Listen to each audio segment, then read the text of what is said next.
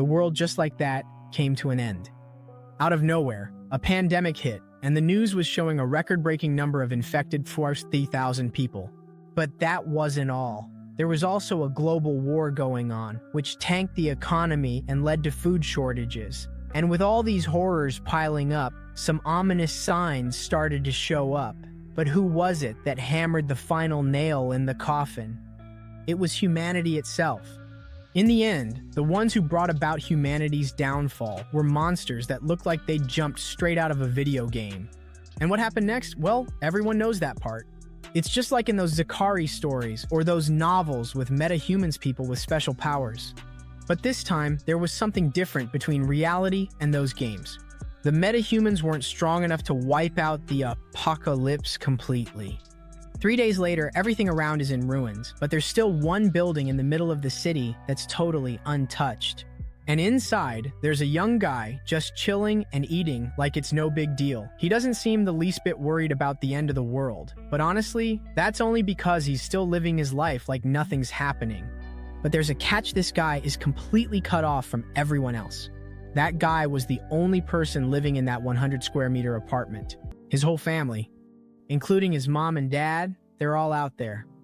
His dad had finally decided to buy that place. He took out a $200 million loan and even sold off everything he owned. That's why he's there, even though he wasn't born rich, because someone has to live there first, so they can cash in on the tax perks from buying the place. He ended up stuck inside, locked in after the sudden apocalypse. But what really bugged this guy wasn't apocalypse. Nope, it was his crappy internet connection. Locked up all alone, no Wi-Fi. Yeah, what can you do, right? He'd already tried a bunch of times to get online, but nope, no luck at all. Then, out of nowhere, he looks up and spots a giant monster. It looks like a dragon.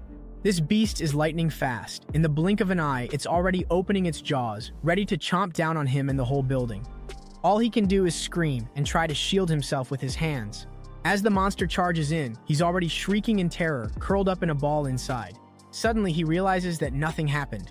He opens his eyes and sees a system window pop up. It says that someone without entry permission is trying to get in. He's got this passive skill called House Lockdown. No one can enter the house without the ruler's permission. Whew, that was a close one. That's right, nobody can get in unless he says so.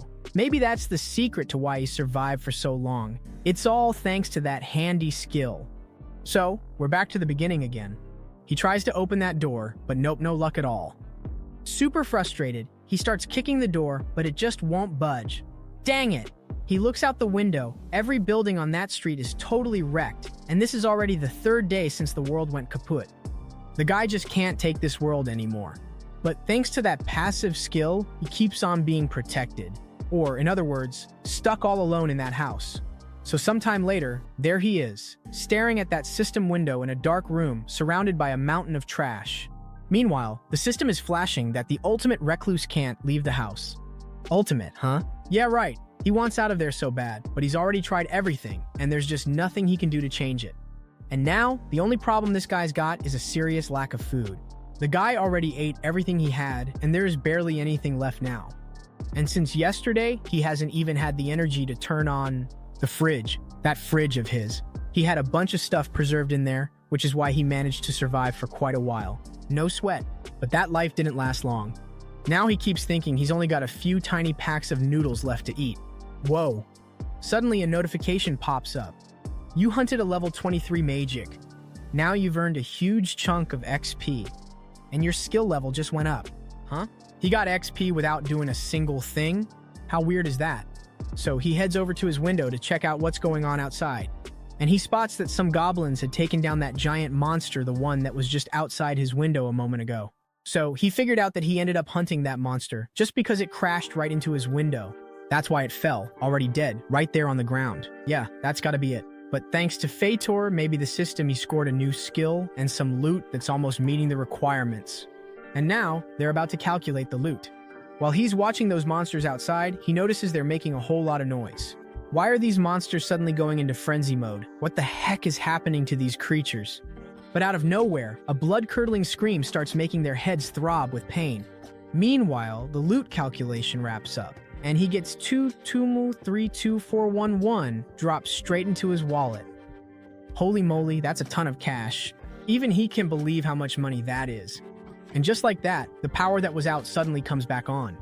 Well, that's a relief. Now he can keep his food nice and fresh again. And look at that, it seems like this was the system's doing. To preserve his dignity, half of his home's functions will be restored. And the money's already hit his wallet. Whoa, so that means half the house's features are coming back online. This is exactly what he wanted. So that means if he completes a few missions, he'll be able to fully restore his house. He dashes straight to the fridge to check it out. When he opens it, everything's working perfectly. Now he heads over to the faucet, turns it on, and yep, there's water. The electric stove is up and running too. Oh, that's awesome. This is all he needed. Looks like things are starting to work again. Everything, just like it was before the world went kaput. He grabs his phone, wondering if that's working too. But check out this message. No connection. Dang it. Like I said, that system had warned him that only half the functions in his house were working, not everything. But then he gets an idea. He spots a flash drive lying on the floor and decides to pick it up. And he plugs it into the computer to see what's on it. On that flash drive are all his family's memories. When he was a baby, when he was a kid, and then when he became a teenager. And there's also a photo from his coming-of-age birthday, and he starts getting all emotional with all these memories. And he knows he's got to do something to bring his whole family back. So he gets up and heads out to the balcony, thinking about what he should do. Look who's back. That system again. Telling him he can buy some items advertised in the shop at their original prices. Whoa, that system even has a store. But he forgot he's got money deposited in that system account. So maybe it's time for his first purchase. He clicks on the shop icon and sees that, apparently, his wallet has 2 million in it. Maybe now's the time to make his first purchase. Looks like his wallet is fully connected to that store, and it keeps nagging him to buy his first item. All right. He opens the window and the system notifies him again that he can't leave the house. Just like he thought. Nothing's changed. Even though his skill level has gone up a bit, he still can't get out. But one thing's for sure, if he keeps slaying monsters, even if it's in a totally ridiculous way, his level will go up and he'll score a new skill and unlock a bunch of cool stuff too. He keeps checking out his system, thinking that if he gets a skill that might let him leave, maybe he can actually pull it off. But how the heck is he supposed to kill monsters when he's stuck in that room? He eyes those bird monsters, thinking it's going to be tough for a monster to hit him and for him to die again. But then he spots a bunch of goblins down below, looting the remains of that monster on the ground. Maybe he can actually take out a few goblins from this distance, so he decides to run his first experiment right now with a water bottle.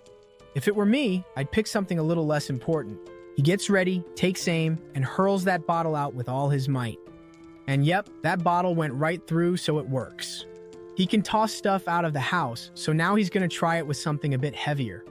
This guy's about to use a dumbbell, but before he can toss it, he spots a goblin gathering. Man, if I were in his shoes, I totally think those goblins are having a strategy meeting to hunt humans, no doubt about it. Even if they're monsters, there's some serious organization going on. Some are collecting, others are hauling stuff. That means those goblins are heading out. Whoa, this isn't gonna work. Time to test it out. So, he gets ready to throw that dumbbell, and he hurls it with all his might. And bam, he aims to hit one of the monsters. Well, that little prayer worked. It actually worked. He nailed one right on the head. None of those monsters have a clue what's going on. Dumbbells falling from the sky? Dang. Just imagine, you're out hunting a human with your buddies and out of nowhere, it starts raining dumbbells. Now they're totally screwed. But instead of being happy, the guy's terrified. Because he sees the goblins looking up. He glances down and realizes there's only one dumbbell left. Unfortunately, there's nothing else around that could take out those monsters, and he's definitely not strong enough to throw TVs or computers. While the monsters are screaming down below, all he can do is watch. The goblins start gathering together, and one of them is even holding that dumbbell, staring up. And he's pointing like he's saying, "It was that guy who threw this at us." While our guy's totally clueless about what to do well, since everyone's all bunched up, maybe tossing a bomb would be the best move. Some monsters are pissed at that guy, and if they catch him, they'll tear him apart. Him. Completely, so yeah, he's toast. They've already figured out who threw it. Now, they start charging toward the building, while he's just watching everything from up above. Since they're closer now, the distance isn't bad at all. Now, everything's going exactly as not planned. He opens up his shop again, and it still says he has to list some item, so he clicks on List. Maybe he needs to list that altar. A system starts scanning the altar and now pops up a warning. A classic 3-kilo non-slip altar has been listed on the ruler's list. According to him, it's got the same price tag. When he bought it online, it was $16,990, so it looks like he's nailed the market rate. It's exactly the same as it was before the world went down the drain. Now that the item's been added to the shop, he can buy it, and honestly, that's all he ever wanted. So, he grabs 2 of them. The items that were in the system start materializing right in front of him. Our boy is starting to love his system, and now he's all geared up and ready to rain down some serious pain on those monsters. He's already launched the first shot. The guy's got sniper-level aim and nailed it right in the head of the first goblin. And there's no way he's missing out on that sweet experience. Not to mention the cash. He just got $33.45 added to his wallet. Now things are really starting to heat up, but the goblins? Oh, they're not happy at all. They tried to revive their buddy, but nope, no luck whatsoever. If they were already mad at that guy, now they're absolutely furious. But unlike last time, this time they didn't even have a chance to run. Suddenly, dumbbells started raining down everywhere. Unfortunately, he didn't hit any of them this round, but he just kept on buying more. Now after buying 3, he grabs those dumbbells and starts chucking them all at once. This time, he managed to hit another one, and the last goblin, he's not sticking around to find out if he's next. He managed to hunt down a level 6 goblin and scored 2,512 points, and his skill level went up too. And hey, guess who just unlocked a brand new skill? Himself. Nice going. The skill he got is an alternate dimension used for storing items. This time, he scored himself a storage ability, so he decides to open it up and see what's inside. He grabs one of his dumbbells and decides to stash it in the storage. Just like it materializes, it also goes straight into the storage. Classic dumbbell, non-slip, 3QO successfully stored. Since he's already tested out how the storage works, now he decides to summon his item and grabs it back in his hands. Now, he can summon any item from storage, wherever and whenever he wants. That is, in his house, at least for now. But in this case, he's already got a pretty awesome idea brewing. Whoa. And he started running all sorts of experiments in his room. So many, that a light even started shining out the window. Now it's time to open up the storage, so he starts summoning a bunch of dumbbells. But unlike last time, those dumbbells are now popping up in midair outside the building. But hold up, if he spends 16 grand and only makes 3, he's gonna go broke. In no time, he's gonna make it rain dumbbells on those goblins. So those dumbbells start falling, and all the goblins can do is watch and get squished. One of them lands smack on a goblin's head, and the system starts pinging him with notifications that he's taken out a bunch of goblins. Level 5, level 6, level 7, he just keeps leveling up and racking up a ridiculous amount of XP. And on top of that, he managed to score 5, 4, 6, and 60 in cash. The system keeps asking if he wants to list more items, and of course, he says yes. After all, he's got something in mind to put up for sale. What could it be this time? Our boy has already managed to list 10 items since the shop opened. Some sausages, noodles, water, rice, eggs, milk, seaweed, cooking oil, and ketchup. But everything was kind of half-eaten and already opened, and he still had 21,78,000 left over. He even sold the altar he used to take down the goblins. Now, he's got all sorts of supplies to cover his daily needs. But it still feels like something's missing, and he keeps staring at his wallet with all that money. And only now does he realize he lost But that thing doesn't even cost money. The storage box. Where could it have gone? Now he realizes it went to the electricity bill. But he hasn't even been using that much electricity. It must have been because of the fridge. No doubt about it. If this keeps up, he's going to end up broke. But our boy keeps himself busy with the goblins. After he hunted down that bunch of goblins, chucking all those dumbbells at them, they ran off and abandoned their old home. And after all that, he only managed to take down 2 more goblins. He keeps looking around, searching for some other kind of creature he can hunt. Well, all that's left of that bird is just its head on the ground. If there's nothing left for him to hunt there, he's got to find another way.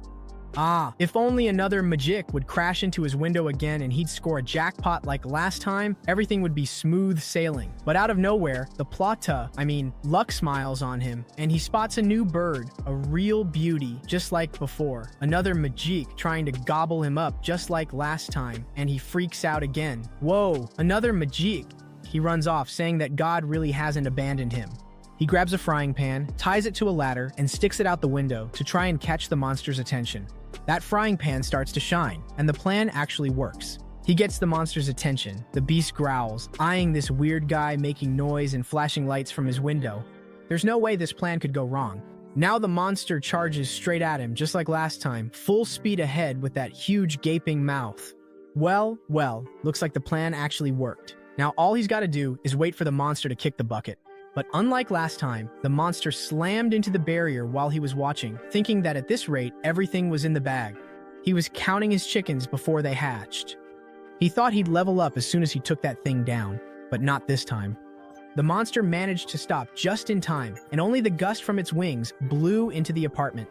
The force from those wings flapping is insane, but he still managed to watch and try to figure out what just happened. Out of nowhere, that gigantic magic monster vanished, and when he stuck his head out to look poof, where'd the monster go? There he was, all set to pounce and chow down. Holy moly, what a scare, dude. Calican Trido, he tried over and over again to break through that barrier and get his tasty meal, but nope, no luck at all. Some kind of system just wouldn't let that monster in, and he kept trying again and again. Looks like that barrier really isn't going to break easily. Or will it? So he decides to open up his shop again and see if there's anything he can do in there. The only items listed are just the ones he himself has. Because apparently, the loot calculation only happens if the corpse is nearby. But hunting goblins didn't always go smoothly. Some surviving goblins managed to drag away the bodies of their fallen buddies, and those corpses never got looted. That means there's a limit to when looting can actually happen. So he's got to make sure to kill that monster and have the body drop close by, all while the monster's still trying to get through. Maybe a shot would be a great way to take that monster down. But looking at his list, all he's got is food. Wait, hold up. There's canola oil in there. So he hatches a plan and buys 10 bottles of canola oil. The system asks if he's really sure about this. He says yes, in his hand. Done. 10 bottles of canola oil right in his hand. He grabs all those bottles of oil and takes off running. He grabs a frying pan and pours everything in to heat it up. He turns on the little stove, grabs a broomstick and a rag, and ties it all together with tape. And now he starts soaking that rag in the oil. While the oil is boiling, he opens up the shop. And now he decides to list that item. And he pours all that hot oil in, storing everything inside the system. The boiling canola oil has been successfully listed.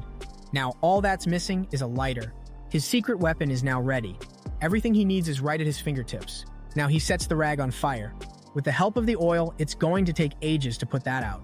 Outside, the monster hasn't given up. It's still pounding away. The monster watches him and watches the fire. He starts yelling at the system to summon the hot canola oil. Suddenly, the system opens upright above the monster's head, dumping all that scorching oil on it. The oil is so hot that the monster's skin starts to bubble, and the monster screams, then starts getting ready to leave. He grabs that torch and throws it right at the creature, telling it to die quickly. The flaming stick hits the beast dead, and the canola oil, already sizzling hot, lights up like gasoline. And the monster starts burning, all in a day's work. Dang, there was nothing that monster could do. It even tried to fly, but its feathers were totally soaked in oil and caught fire. All it could do was crash nearby and burn until it turned into crispy bacon. Our boy just watches. While the monster isn't dead yet, it keeps sizzling like bacon and keeps screaming on the ground. It keeps burning for a few minutes, and finally, he gets a message from the system. Congratulations, you managed to defeat a level 27 Calican monster. He scored a massive amount of CISP, and his skill level went up too. And now, he's unlocked a brand new ability. But right now, all that matters to him is the loot calculation from the monster's body. While the system crunches the numbers for the loot, smoke rises from the creature's body. Unlike last time, this time he scored 9,347,487,1. 9 million. Whoa, almost 10 million just for a single monster. But the system wasn't done yet. It says the requirements have been met. Now, he can expand his territory a little further out. Suddenly, his whole house starts shaking, and he has absolutely no idea what's going on.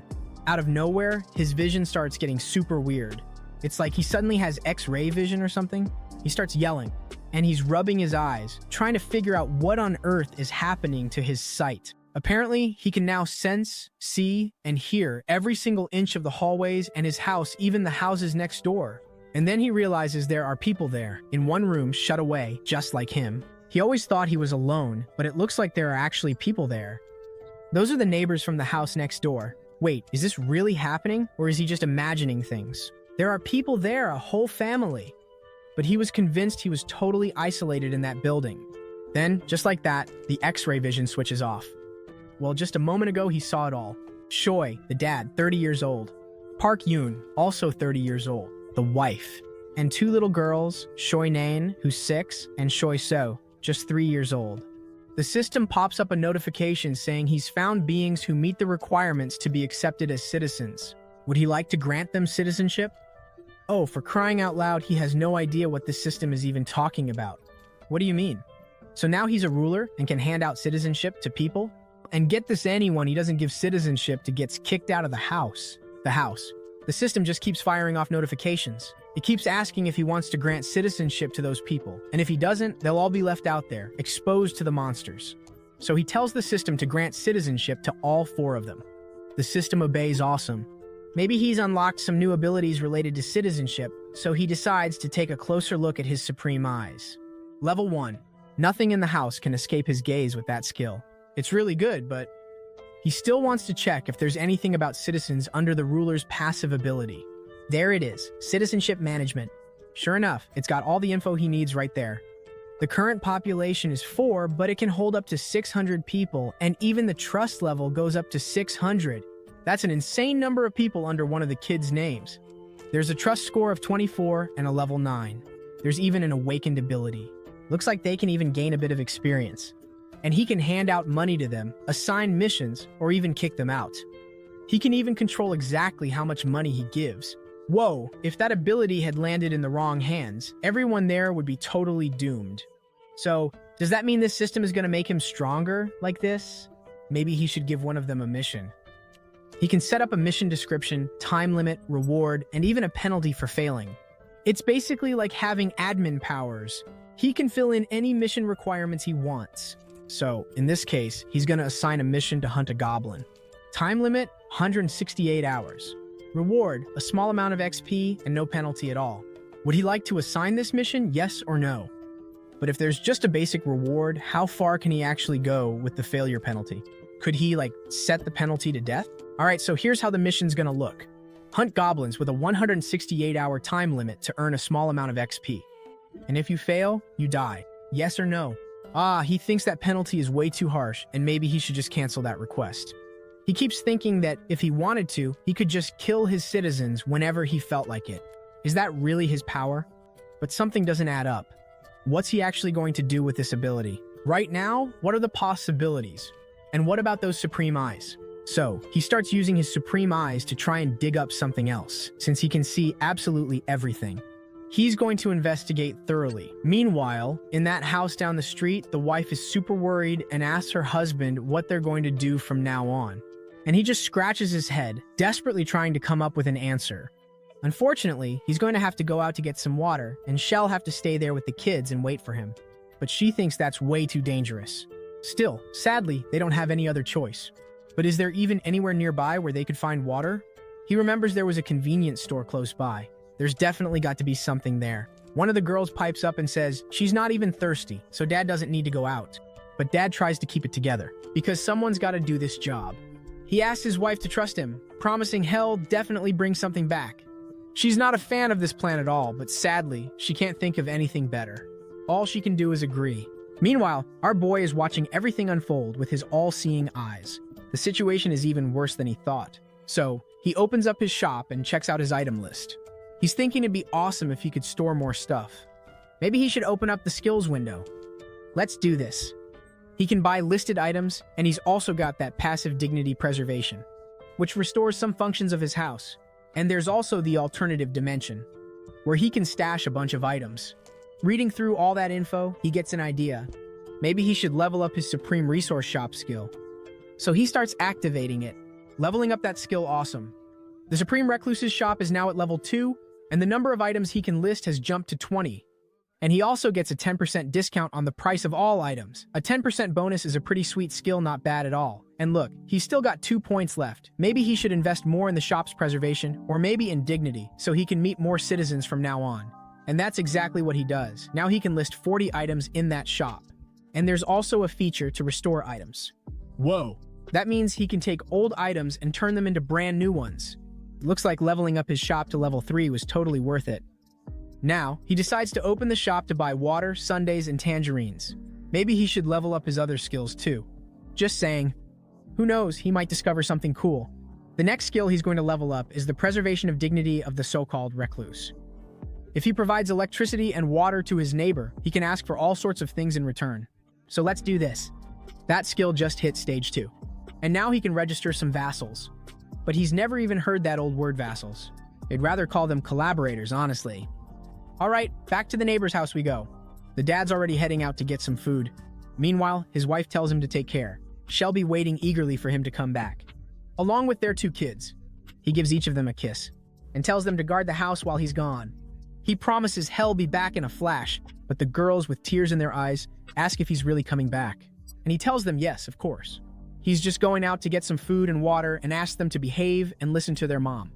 But then one of the girls starts crying, more and more, louder and louder. She starts screaming that there are so many monsters outside, sobbing her heart out, totally inconsolable. She remembers that one fine day, they were outside building sandcastles, when suddenly they started seeing all sorts of monsters. They were coming after them fast, trying to gobble them up, but thanks to some quick reflexes, the girls managed to run away. And at the very last second, their dad managed to grab both of them, along with their mom, and they all dashed far, far away from those monsters. That's why that girl is still totally freaked out by the outside world.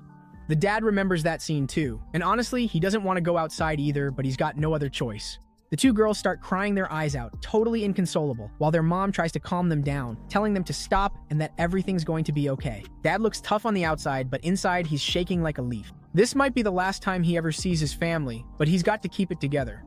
As they're saying their goodbyes, the door suddenly starts making noises like someone or something is trying to get in. Mom shields the kids while Dad grabs a golf club, ready for whatever's coming. The door keeps rattling and he's bracing himself for whatever's on the other side. Out of nowhere, the noise stops, and someone or something on the other side tells him to open the door. Please, Dad has no idea if he should open it or not. Is it really a person out there, or is it some kind of monster? Mimicking a human voice, whatever's out there keeps yelling for him to open the door, and he's stuck, totally unsure if he should or not. What on earth are they supposed to do? Seriously, nobody in that room has a clue what to do next. All Mom can do is cover the kids' mouths so they don't make a sound, while that thing or person on the other side just keeps making noise. And honestly, it looks like that door isn't going to hold much longer. Then the noise stops. Did it leave? Whew, that was way too close. But then the door, which was locked, swings open. Dad, who's been clutching that golf club like his life depends on it, totally freaks out. On instinct, he drops the golf club, spins around to shield his family, and everyone just starts screaming. Even he starts screaming, right along with his wife and the kids. While the whole family is losing it, screaming their heads off, they suddenly hear, "Hey, excuse me." So everyone opens their eyes to see what's up. And there he is, our guy with the bag. If he were a monster, he would have taken out the whole family by now. But who the heck is this guy? He introduces himself as neighbor Kim Yep, the guy next door. He just popped over to offer some water and tangerines and, honestly, to find someone to chat with. Looks like Dad's problems are solved for now, but the family's still a bit suspicious of this dude. I mean, come on, during an lips, some random guy shows up at your house offering water and snacks? That sounds weird to me and probably to you too. But honestly, that dad has zero reason to turn down free water and food. He invites the guy in, while Mom, way in the back, is still giving him the side eye. To be real, Dad and the girls don't trust this guy one bit. Looks like the shock was just too much for them. But neighbor Kim, he's not giving up, is going to keep trying to stay in touch with them. He starts scoping out the place and notices there are a ton of curtains everywhere. Honestly, that's a brilliant move. That way, it seriously cuts down the chances of getting attacked by monsters. So he decides to brighten the place up a bit. He looks up and activates the system. Tells it to turn on all the lights. Boom! Now that's more like it. Mom and Dad are totally baffled about how the lights came back on. Now he offers some water and food to his kids while the guy grabs some and says thanks. The girls snatch up that water, totally parched, and gulp it all down in a flash. One of them drank so fast, she actually choked on the water, poor thing. Looks like they hadn't had a drink in ages. I wonder if they're into tangerines too. One of them grabs the fruit, while the other still eyes it suspiciously. Mom steps in to peel the fruit, breaks off a segment, and pops it right into the kid's mouth. Oh my goodness, it had been ages since she'd eaten any kind of fruit. The taste is just out of this world. That fruit is super sweet. Mom asks if it's good. She nods and says yes. Meanwhile, the other one is practically drooling. She tells Mom she wants a piece too. Whoa. Wow. She thought it was really sweet too. So, that's it. Everyone's trust just shot way up. With Shui, it hit 50 points. And now, loyalty has been unlocked. So, it's shot past 30 points. Now that Shui has checked off all the boxes to get promoted to Vassal, The system keeps bugging him, telling him to either give her a mission or kick her out. While he's checking out those system notifications, he's still keeping an eye on that little family for now. Happy. I mean, what could a tiny girl like that even do as a vassal? After all, she's super young. Unlike regular citizens, of which he can have up to 600, he can only have 10 vassals. And he really needs them to be at least at Shui's level, so they can actually carry out his orders. The dad is level 9. He's 31 years old, but his loyalty is only at 31. So if he can just get his dad to trust him a little more, he'll finally be able to make his first vassal. While he's thinking about all this, his dad calls out to him and thanks him again for the food and the energy. He says he has no idea how he could ever repay such kindness. So, our guy invites his dad out into the hallway for a little chat. Once they're out in the corridor of that building, he starts asking his dad if he's recently found out that he has citizenship. And he says that a notification window popped up, saying that his whole family got that notification about 30 minutes ago. But besides that, did anything else weird happen? Well, other than not being able to move their bodies for a while? No? So that means they were basically frozen for a bit until they got his citizenship? Our boy tells Mr. Shui that he's going to help him live a normal life. First things first, Shu is not buying it. He thinks there's no way that's possible, but our boy keeps insisting that monsters won't be barging into his house anymore. Meanwhile, Shui still thinks that's impossible. Sooner or later, they're going to have to face monsters. Yeah, Kim thinks so too. It's inevitable, at least for now. Dad knows nothing comes for free and asks what he has to do in return. Kim says he could even lose his life doing this. Does he really still want to give it a shot? Dad swallows those harsh words and gets lost in thought, but quickly says yes. Even before he knew there was someone else in that building, he was already thinking he'd have to go out and try to buy food and water. Back then, he'd already risked his life. Suddenly, the guy spots a golf club and asks, "So, what's the price for this one?" That golf club right there cost a whopping 4,000 or 5,000 won. Looks like that thing is super expensive, and if he keeps trying to haggle for it at the store, it's just not going to work out because he really needs to save his money. Dad asks why he suddenly brought that up. Oh boy. He quickly changes the subject, saying it's nothing. I wonder if he also remembers the day the monster showed up. Ah, that scene, there's no way he could ever forget it. It happened on a weekend. The sight of all those monsters chasing after him was absolutely terrifying. So, it seems like the people who stayed home that day actually managed to survive. When he took out a goblin with one of those weights, he realized that a single monster wasn't all that strong. The levels of those monsters are actually lower than that of an adult human.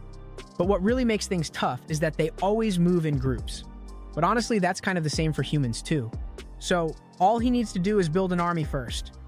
Could Shui be the very first recruit? He pitches the idea to Mr. Shui to go look for survivors together with him.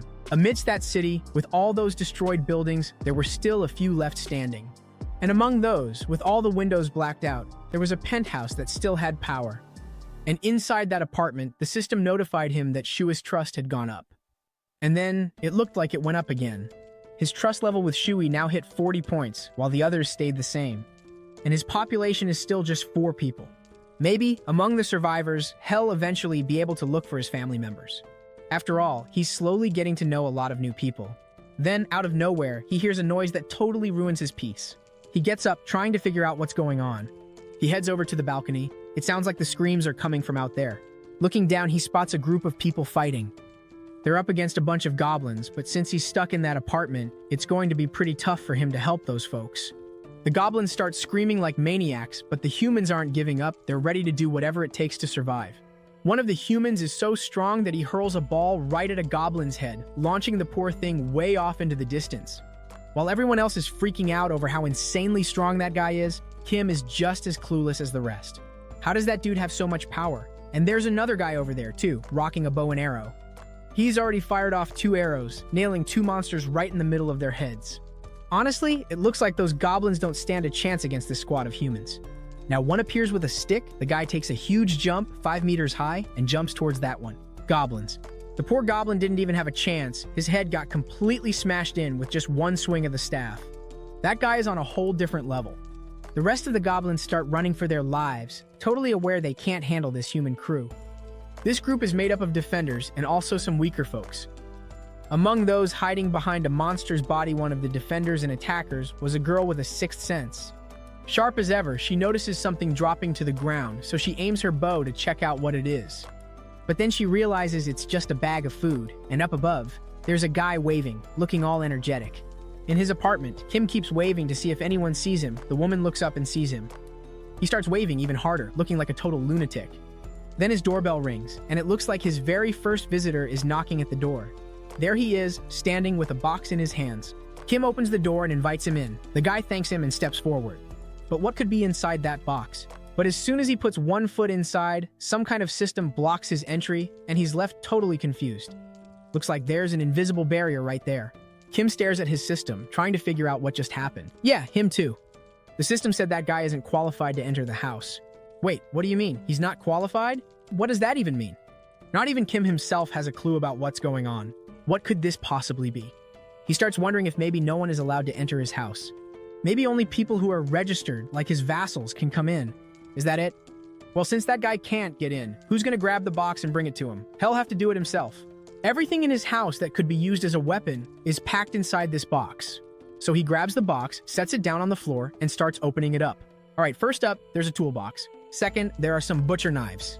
At that store, there were 5 bottles of water and 5 packs of noodles. So he starts materializing all those items right there in exchange for those toolboxes and weapons. The guy can't believe what he's seeing. That dude can just make stuff appear on the floor just like that out of nowhere. He grabs all that food, stuffs it into the box, and tells the guy to head down to the first floor and drop everything off at the entrance. The guy, whose survival instincts are about as sharp as a dodo's, says the first floor is dangerous, but it's all good. Those goblins only get rowdy in broad daylight, but deep down, he's itching to get that group of humans and bring them closer to him. Just picture Ita dude with a super powerful ball and another kid who's a total beast with a bow and arrow. A guy with a bat and a bunch of people in the background who could totally end up serving him too. His plan is going to be a smash hit. Those people won't have a choice, they'll have to come looking for him once they realize he's got food. He tells that guy he's got a plan brewing in his head. All he's got to do is take this food to the first floor and just leave it there. But hey, if he runs into anyone, he can bring them up to his apartment too. Alright then, it's settled. He's already given the orders, and his guy is going to carry them out in no time. So that dude heads out. While he's watching closely, he pops open his system window, thinking about giving that guy something cool in exchange for that mission window. His mission is basically to deliver 5 bottles of water and 5 packs of noodles to the first floor. Send and return time limit, 24 hours. Reward, a small amount of XP. Penalty for failure, none. The guy who was already on his way to complete the mission notices a notification pop up for him, while Kim tells him that if he does it, he can get even more stuff with the XP. It's kind of like leveling up in an apocalypse game. Kim says that guy is still at level. Whoa, holy moly, I thought F was low. I've seen N before, but geez, my goodness. If that guy manages to level up, he'll score some sweet rewards too, so Kim's counting on him. Now we're talking this dad's got a mission to accomplish. Since the elevator's still out of order, he's gonna have to take the stairs. Looks like he's got a long way to go. Well then, let's do this time to head down those stairs. He's already made it down 1 floor, and now there's just 1 left. Yep, we finally made it. There he is, outside the building. He looks around trying to spot someone and remembers he needs to jot down how long it took him to get down. That's when he notices a few people nearby. Or wait, are those monsters? That guy wears glasses, but even so, he still can't see properly. Are those people or goblins? Just the thought that they might be goblins totally freaks him out. So all he's got to do now is run away from there as fast as he can. He turns to bolt, steps wrong, twists his ankle, and face plants right into the ground. He had just one simple mission: grab the supplies and get out. But he couldn't even pull that off properly. With his foot throbbing in pain, all he can think about is moving as fast as possible to get out of there, but it looks like it's already too late. If those things are monsters, he's done for. He turns around and squeezes his eyes shut, bracing himself for a sudden dramatic death. But just like last time, all he hears is a hey, and he opens his eyes again. People start asking if he's okay, like, is he feeling sick or something? Then, a few moments later, the doorbell rings and the system notifies him that some guy who doesn't have permission to enter is trying to get in. Kim already has a hunch about who it might be, so he decides to check it out using his ultimate eyes.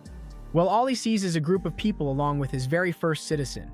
The girl recognizes that this is the building where some guy had tossed a pack of noodles. Someone else chimes in, saying there's probably food in there after all. Their own supplies are running out, which is exactly what Kim wanted. His plan totally worked. He finally managed to lure more people over there. A system notification pops up again, saying that beings who meet the requirements for citizenship are approaching. And it asks if he'd like to offer them citizenship. Last time it was about promoting them to citizens or not. This time it's about proposing citizenship. In that last expansion process, he was able to grant citizenship by force, since they were already inside his domain. But for outsiders, they were given the choice. So in this case, those people can totally turn down his offer too. Now, what do you think he should do? Drop your thoughts in the comments. While he's mulling it over, the people are waiting for him at the door. Then, he notices his doorbell ringing, and a quick idea pops into his head. All he's got to do now is check it out. So, he gets a little closer to see the faces of his visitors. He answers and tells the guy to hang on a sec. He's on his way. But then the system pops up a notification saying Shui is still in the middle of his mission. Does he want to edit that quest? Of course, our boy types yes, so he starts editing, and now all that guy has to do is treat 6 guests to some food. So, his mission got updated. While he's watching everything unfold on the screen, he sees that his citizen instantly gets the mission on his own system screen. All that guy has to do is tell everyone he's going to give them food first while he's got something cooking in his mind. The guy agrees, right? What else can he do? Well, then the guy starts his mission. He tells everyone he's handing out food for free. While he's handling things outside, Kim is still staring at his window, which says to offer citizenship to all 6 of them. Now it's all done. He just offered citizenship to Dong, Kang, Del, Kim, Gayung, Yo, Yehim, Kim, so everything's set. He just offered citizenship to all 6 of them. And the right to access the 30th floor was granted to all 6 too. Now, they all managed to get into the apartment since the number of citizens hit 10, the amount of experience and money citizens earn went up by 10%. Awesome, that's exactly what he wanted to hear. An experience bonus plus a cash bonus. That group of people can hardly believe they scored such sweet rewards just by going out to hunt monsters. He's super grateful to be welcomed with open arms. Kim is now checking out the citizen management panel. Hardong, level 23, 19 trust. Kang, level 13, 23 trust. Kang, 15, 17, 17. Also trustworthy. Yahim, level 10, 30 trust. Haken, level 11, 15 trust. Moon, level 10, 11 trust. That guy who's at level 23, could he be as strong as that Calican Kim took down before? So Kim decides to dig a little deeper into this guy. Turns out, he's got a baseball throwing skill, but it eats up stamina and boosts the ball's power by 3 times, just as you'd expect. Yep, that guy is definitely a metahuman. Actually, depending on who's throwing the baseball, it can totally turn into a weapon. This guy's skill tripling his power is just perfect for monster slaying, and he can do it from a distance. As for trust, he can build that up slowly. Now he's setting the XP distribution rate for everyone. Let's go with 6 at 70%. Alright, the setup is all done. Everything's done, and for now, it's absolutely perfect. Now comes his favorite part, handing out monster hunting quests to everyone while he just chills on his couch, raking in the experience. And the cash too. It's like he's controlling these people, just like in a video game. Of course, he'll still need to actually meet these folks when the time is right, at the perfect moment. Because maybe, just maybe, these are the people who'll end up rescuing his family. Suddenly, the system announces that Citizen Hardong's trust level has gone up. And he's totally baffled, he has no idea why. After all, he didn't do anything. Kim's trust level has gone up too. And Dong's trust? Yep, that's gone up as well. Now things are getting even more complicated. A reunion on the other side. The dad is inviting everyone to come into his house. The woman is just standing there, totally confused about what's going on. Why are there so many people in that house? He just says he'll explain later and asks her to whip something up. For the guests, of course. But there's absolutely no food ready in that house. So she's going to have to start from scratch. And honestly, she really didn't want to do that. But he asks her to help him out. Meanwhile, that guy upstairs is cooking up a plan of his own. She pauses for a second, thinks it over, and then decides to help right away. She asks everyone to give her a moment while she gets something ready. Nobody there ever says no to food. All they can do is say thank you, but there's still one person who's suspicious, still asking what kind of person Jairon really is. But even that dad isn't sure. He doesn't know anything about that other guy either. Why's that? He's just his neighbor, right? Or is he still his neighbor? The guy seems very curious, but he keeps saying that that guy is a very reserved person. But nevertheless, they got energy and food. All thanks to him. Now that guy finally gets it. This dude must be another metahuman, and his powers must be off the charts. I mean, he keeps handing out food like it's nothing. He's the one who picked up the pack of noodles that had fallen on the floor. He thinks to himself, glancing at the others, that he's got to impress this guy, no matter what. After all, this dude is powerful enough to provide electricity, food, and water. In an apocalyptic world, that's basically a miracle power. This guy is just on a whole different level. Well, looks like that guy's wife is going to take a little while to finish cooking. And since they'd been outside, maybe they could really use a good shower. That was exactly the invitation those girls needed. All they wanted was to finally get clean. The guy with the baseball bat finally got it.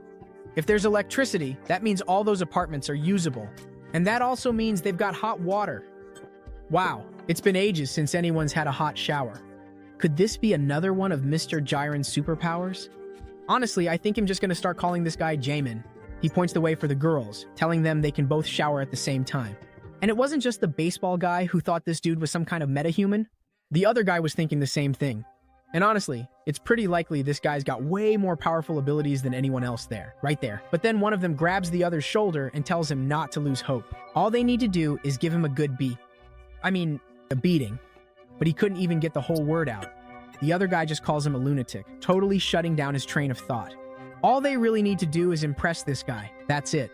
The guy begs him to please just keep quiet. That way, maybe they can actually secure a much better future for everyone. But however, and in any case, the ultimate goal, it's all about grabbing as much food as possible, and all they have to do to avoid messing up is keep an eye on everything that's there. Everyone agrees. But you know that classic smile, right? The one everyone recognizes when someone agrees with a grin like that. Our dear Jaimim knows exactly how confident each of his citizens really is. So there they are, face to face with Jaimim, and the guy puts his hand on Jaimim's shoulder, apologizing, saying that all of this is his fault. But honestly, it doesn't look like they did anything wrong. Why is he even apologizing? Sorry for what exactly? He starts saying that if he hadn't invited them to the grand opening party, none of this would have happened. But the guy just shrugs it off, saying he came because he wanted to, and it's nobody's fault. So, after they sort everything out, they head over to his grandma's house, but deep down, that guy is totally wrecked, thinking it's already too late. He knows that, surrounded by all those monsters, the chances of finding someone alive there are pretty slim, even if there's still a tiny bit of hope. Even if hope is running low, the place isn't far at all. If they can just work together, they might actually make it there. No doubt about it. He thinks for a moment longer, and then, out of nowhere, he gets it suddenly. The door behind them starts making noise. They all turn to look. The noise gets louder and louder, and the door slowly creaks open.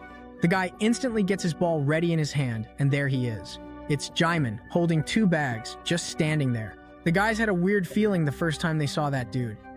While he was saying he was there to help everyone, the guy started thinking maybe this person could actually save them all. Looks like everyone else had that same gut feeling right then and there. But nobody in that room was ready to meet their next leader just yet.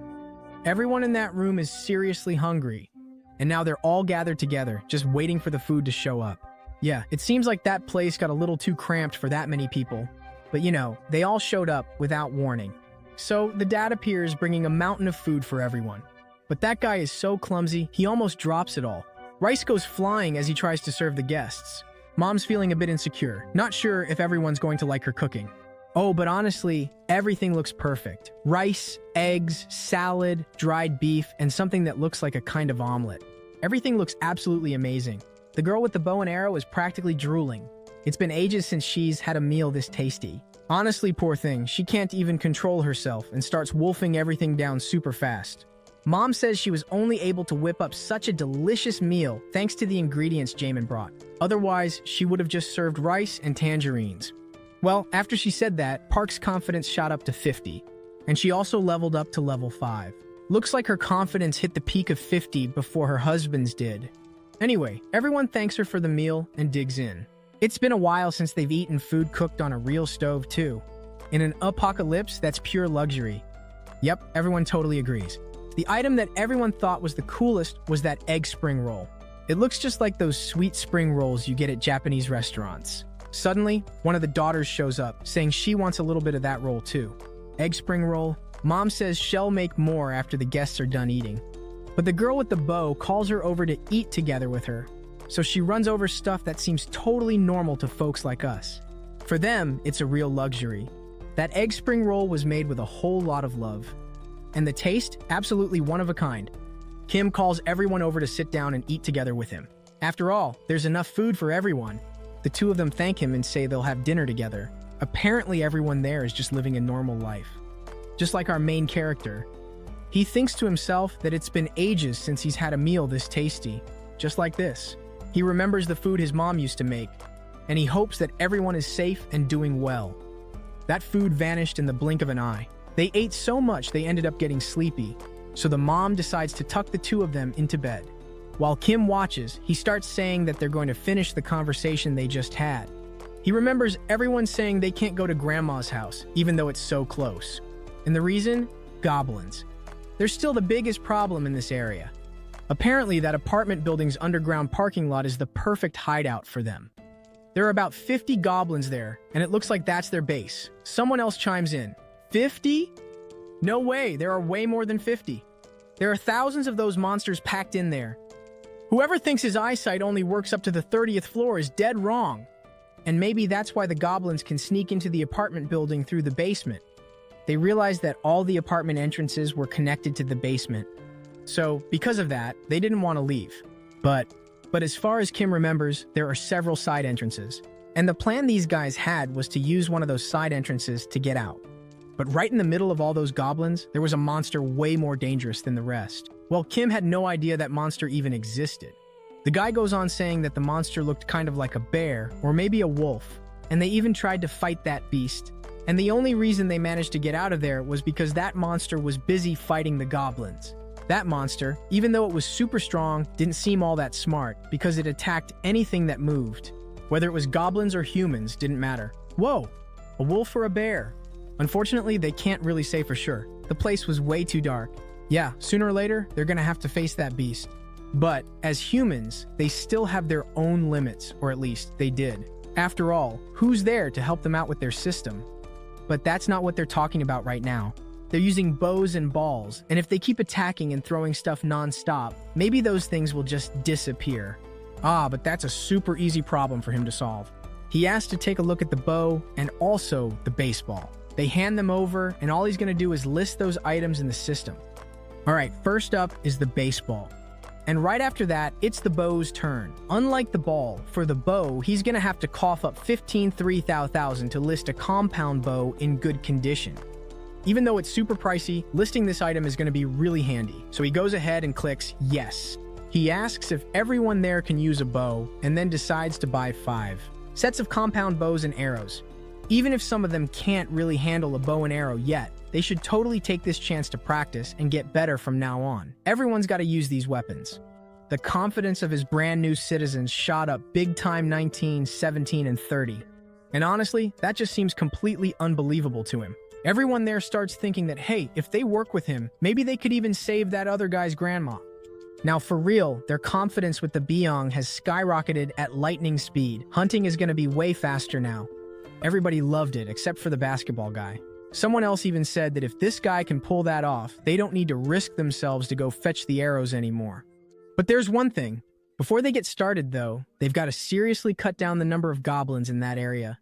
So, all they've got to do is start hunting those monsters for now at least. Today they're taking a break, and tomorrow the hunt begins. After all, the faster, the better. That way, they'll definitely be able to save Byongo's grandma tomorrow. Those are the words Byongo wished he'd heard weeks ago. But the baseball guy still has no clue how they're actually going to pull this off. But Kim jumps in and says they're going to use a killer battle strategy. Strategy? What kind of strategy is he even talking about? Well, maybe it could work if they team up and if they get a little lucky too.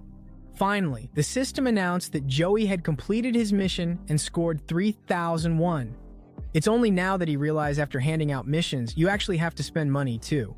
Basically, if he's got cash, he can level up his citizens. But hey, even though that's a super important feature, for now, he should probably save it for later. The system keeps popping up notifications that his trust with Shui has gone up, hitting 50 points. And now, loyalty has been unlocked. He's finally met all the requirements to become a vassal. Now that guy's got 51 trust and 62 loyalty. Should he give him a quest or just kick him out? Should this Shui Ryugun be his very first vassal? While Kim's deep in thought back there, Shui starts to notice something weird happening to him. He's feeling all kinds of strange. It's like something's flowing into his body, making him just a bit stronger. What the heck is happening to this guy? Well, Kim just registered his very first vassal. And as a reward, he's unlocked the vassal summoning skill. Now he can summon a vassal right to his house. But there's a catch: he can only summon this vassal again 2 hours after the first time. Shui just scored the title of First Servant, and with it, he awakened a brand new skill, Gorilla Strength. It's a passive skill, so that means this guy's got strength on par with a gorilla, but wait, there's more. Any experience and gold the vassal earns through the house will be doubled, and with Supreme Eyes, you can summon your vassal up to 5 meters from your house. But then, a button popped up asking if he wanted to spend 1 million yen to level up his vassal. Judging by his face, he thought 1 million was way too expensive just to level up a vassal. People notice Kim's shocked expression, but he brushes it off, saying it's nothing. But Shoei pipes up, saying his strength is overflowing. He totally knows Kim did something to his body. He feels like he just got 10 years younger, but compared to Gorilla's strength, you could say he's got the power of 20 men now. Kim asks SHO to join him on that mission. He also mentions that while citizens get a 10% bonus on experience points, vassals earn double experience, so their gains are going to be absolutely astronomical. All he's got to do is take down as many monsters as he possibly can. The guy, even though he's scared out of his mind, agrees. So everything's set. Kim is counting on him. Then, a little while later, everyone's gathered on the first floor. The place is totally trashed, and maybe they should be hunting somewhere else. But Jaemin was crystal clear about what he said. And now, they're there as a rescue team. This is the very first mission handed out by Kim and Jaemin: rescue all the survivors in the building and get them up to the 30th floor. They start brainstorming about the mission's key point, luring a whole bunch of goblins and then wiping them out. But before they can do that, they need to find as many survivors as possible. So apparently they've got a plan brewing in their heads. The guy keeps flashing that wicked grin. Now they decide to kick things off with Unit 101. The guy tells everyone to stay sharp because you never know where those goblins might pop out from. So they started with 101 and moved on to 102. And just like that, their goblin hunt was in full swing. And as for rescuing survivors, well, during those rescues, they inevitably stumbled upon some seriously creepy stuff. There were tons of apartments, all trashed and with bodies scattered all over the floor, a total shock for everyone there. Unfortunately, there's nothing they can do for those folks. After all, they've been dead for a long time. Still, that feeling of helplessness hits hard. They've already searched everywhere around there, and all they found was broken stuff. Shattered glass everywhere, blood all over the place, and bodies. Not a single survivor. There's nothing on the first floor except for the awful stench and dead bodies. So, since they've checked everything on the first floor, now it's time to head up to the second. They started climbing the stairs, and right there in the hallway on the second floor, they found even more bodies. Even though they saw a lot on the first floor, that doesn't mean they're used to the sight. Just like on the first floor, on the second, they didn't find any monsters or any survivors. Now let's head up to the third floor. So, up the stairs they went again. Unlike the first and second floors, this hallway is way cleaner. So, they start knocking on the first apartment door, asking if anyone's inside. The group of young people split up into pairs so they could knock on the doors faster, asking if anyone was in there. And after a bunch of tries, they regrouped again, no luck. Not a single one, no survivors at all. Well, all they can do is keep climbing up. Now, up to the fourth floor. They keep knocking and shouting, asking if anyone's in there. And they're the rescue team after all. Whoa, one of the doors just opened. Really slowly. And a guy inside was asking if they were really the rescue team. And the guy said yes. They were the rescue team, and he could trust them. The guy just asks if they have any water, because he's super thirsty. Naturally, a rescue team would totally have water, right? So the guy grabs a bottle from his bag and hands it through the door to the other guy. That resident is still pretty suspicious, though. Is this really, truly a rescue team giving him this? Now the guy decides to come clean. They're actually residents of that apartment building, and they're here to rescue survivors. Upstairs, there's a place that's way safer. That guy only knew his own apartment as a safe spot, so he's totally shocked to find out there's somewhere even safer. With water and food, no less, so he slams the door and then opens it again. Maybe he took off the chains that were locking the door shut. Once he swings that door all the way open, we see there are actually 2 more people inside, and he keeps apologizing for being so paranoid. His name is Young-soo. So they shake hands, and the girl asks the other girl to take them up to the 30th floor and then come back. The guy just opened the door. That doesn't mean they trust this group yet. He's not about to leave his apartment just like that. No way. Suddenly, his son bursts out, saying he told his dad he was going to stay alive. These people came to get them. Maybe there's even a helicopter waiting on the roof. Poor guy. He's clearly watched way too many apocalypse movies. The girl starts sweating and says that if they go upstairs, they can take a hot shower and have a really nice meal. Wow, the mention of a hot shower and a delicious meal totally lured one girl in, and the other one keeps saying, yes, yes. She's all about that hot shower and maybe even some internet access. If they really have all that, she bolts outside, telling her dad to stop stalling and hurry up. But their dad is still super suspicious. The system pops up a notification. He's now got 40 citizens. And just like that, he keeps going, racking up more and more citizens. And the experience? The gold they're earning has shot up by an incredible amount. 90%. Little by little, he's building his own army. It's more likely that the kids and the elderly would stay at Shua's house. And there are also other people who can live in the hallways. A guy shows up saying they've found a total of 40 people. And they're all right there. They managed to check all the way up to the 29th floor. Looks like a lot of people there haven't left their homes since the start of the, apocalypse. But he knows Shua's house is already almost packed to the brim. Still, that's already good enough. He starts activating his ultimate eyes.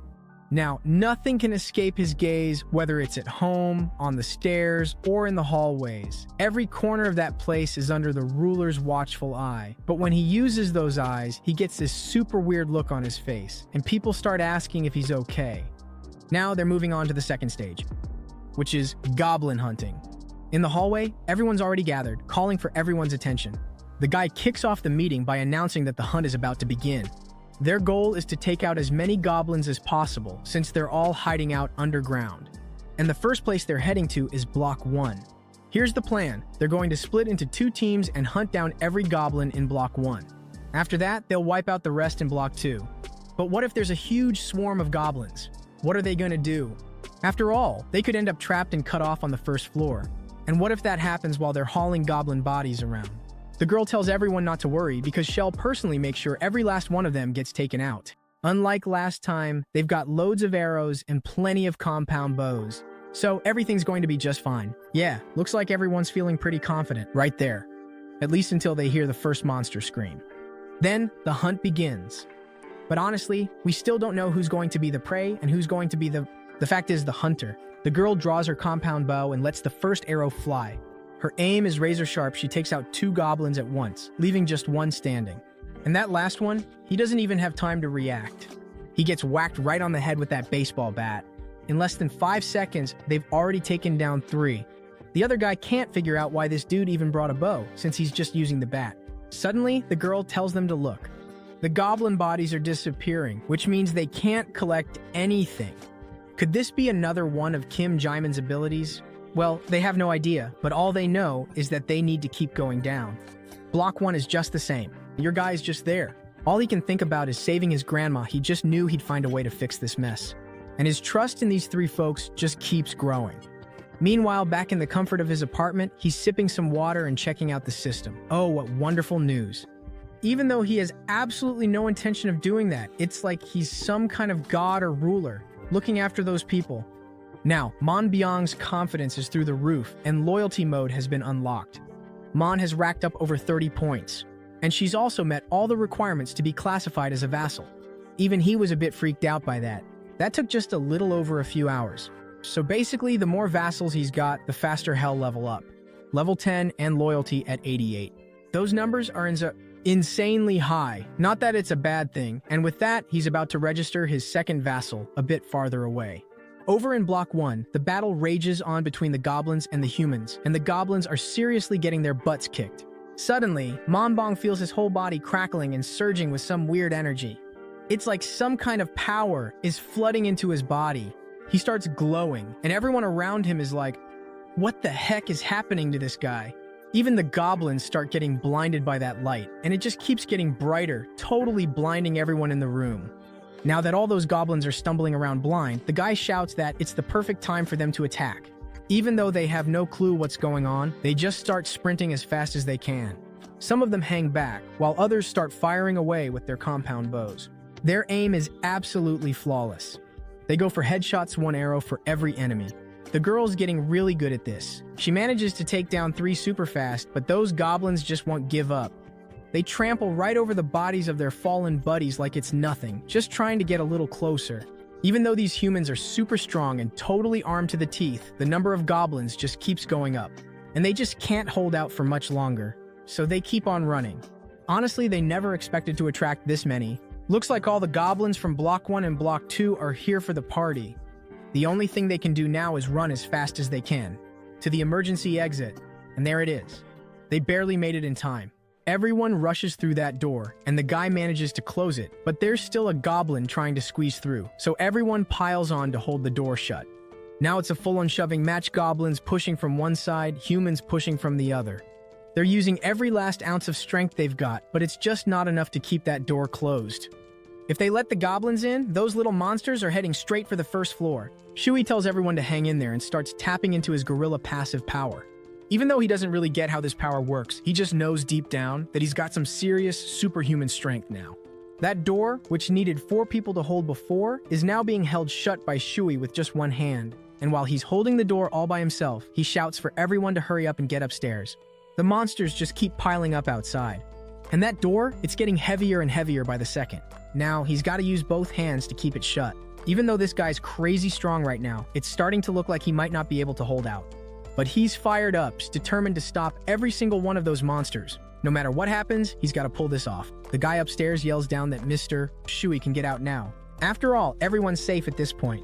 This is the perfect moment for him to make his escape, so he lets go of the door and bolts up the stairs, but out of nowhere, his passive skill kicks in, and guess what? It's the clumsy one. He wipes out again just as the goblins bust through the door, and while he's scrambling to get up, one of the goblins lunges at him. He yells for everyone to go on without him, fast, and to shut that door behind them. But the guy just starts roasting him, totally chill, saying there's no way that's gonna happen, while the other dude just zooms right past him. And he lands a solid blow right on the goblin's head, then reaches out his hand to Lord Shui to pull him to safety. But just as he does, one of the goblins grabs Lord Shui's ligand. Suddenly, Shui just vanishes. Not even the goblins, and not even that guy could figure out what just happened. How did Shui just disappear into thin air like that? Seriously, the dude just poofed. Now the goblins have a brand new target. One of the goblins takes a massive leap straight at the other guy, but bam, he gets nailed right in the chest with an arrow. Turns out that guy's not alone. He's got 3 buddies covering his back, yelling at him to hurry up and get back. He starts sprinting, with goblins still dropping in hot pursuit behind him. He keeps racing up the stairs, and his crew just keeps firing arrows at the goblins. Things are getting seriously intense, and it looks like they're running out of time. There are so many goblins you couldn't even count them all. In a corridor that cramped under the moonlight, in an apocalypse, screams are echoing all over the city. And just a little ways off, that bear is chowing down on a goblin. While it's still alive, it's like the only thing running through that monster's mind is the urge to kill as it chews on that goblin's flesh. All you can see in its eyes is a thirst for blood and a craving for even more death. It keeps tearing into the flesh, getting hungrier and more savage with every bite. Then, it hears a noise coming from that building, and when it looks over, something grabs its attention. The top floor, a bright, warm light shining out. Oh boy, looks like everyone's up there, and it's ready to wipe them all out. Meanwhile, back in the governor's apartment, Shui shows up. Whoa, he almost bit the dust right there. That was a close call. Like I said before, this guy seriously needs a new pair of glasses. He squints and finally sees it. There he is, Kim and Jaimin. Kim's been keeping an eye on everything with his ultimate vision. Just in case something like this went down. He managed to save Shui by using his vassal summon ability. But Shui didn't get away unscathed. That goblin still managed to tear up his leg a bit. But Shui was so pumped up on adrenaline, he didn't even notice the blood pouring out. And he insists he's fine. It's just a scratch, something he can bounce back from in no time. Kim Jaimin realizes he still hasn't added any medicine to his supply list. He opens the door and tells the guy to wait right there. Maybe he'll find something to help him out. So he starts searching. In his supply box, there's a first aid kit that belonged to his mom. Whenever something happened, she always had the fix right there in that box. Inside, there are all sorts of medicines, tons of potions. Bandages, scalpel, scissors, everything you could possibly need, even a thermometer. Unfortunately, he only has 40 slots to list things. That means he won't be able to list everything. Well, if it were me, I'd just list things based on how useful they are. Skill, using and listing. He remembered the first aid kit that was at the back of the drawer, and that's the first item he decides to list for 77,330. Choi can't believe that guy even has a first aid kit. All he needs to do is put it on the wound. The guy shows the wound, still saying that he'll be fine. The first step is to start disinfecting with cotton and alcohol. Choi is okay, but not as much as he said, and his trust and loyalty keep increasing. While Kim is giving first aid, Choi keeps thanking him, but the only thing on Kim's mind is whether the others are okay. He asks Choi to rest there for a bit because he has more things to take care of. Now all he has to do is take a look at the lower floors, so he activates the Supreme Eyes again, observing Block 1 and Block 2. Things there aren't as calm as they should be. The fight goes on and that girl keeps shooting arrows, hitting several goblins while the other guy keeps running. The guys tell him to move faster while he's giving it his all running up the stairs. If it weren't for those guys in the rear using their bows, this guy would already be dead. After all, he hasn't become a vassal yet. Now there's just a little bit left, but the goblins jump after him and our second vassal, Moon, arrives to help. Using the compound bow, he lands a blow that hits 2 of them, sending those goblins flying. The guy is going wild, blood in his eyes. He jumps in front of the goblins and starts taking out several of them. It's 1 blow for each goblin. The others can't understand how Byung is so good at fighting. It wasn't always like this. While Kim watches everything from above, it seems like their group is doing really well. Moonbyung has his awakened ability, and he can also use teleportation on himself. And the greater the distance, the more mental strength it takes. Yeah, it really was a great decision to make this guy your second vassal. The goblins keep falling like dry leaves. While the guy fights the goblins, they set up a trap with an extension socket and also a water tank. Byung keeps running and jumps over the barrier of objects. He goes inside the house and the guys throw that water tank. The water soaks all the goblins, from the first to the last. The guy shouts for John to throw it now. Roger then presses the power button and the electricity comes quickly, running through the water along with the wires, electrocuting all the goblins that were there. And notifications start coming in like raindrops, saying he had killed several types of goblins, level 6, 7, 8, and also earned a total of 334,000 ons, and his skill level had increased.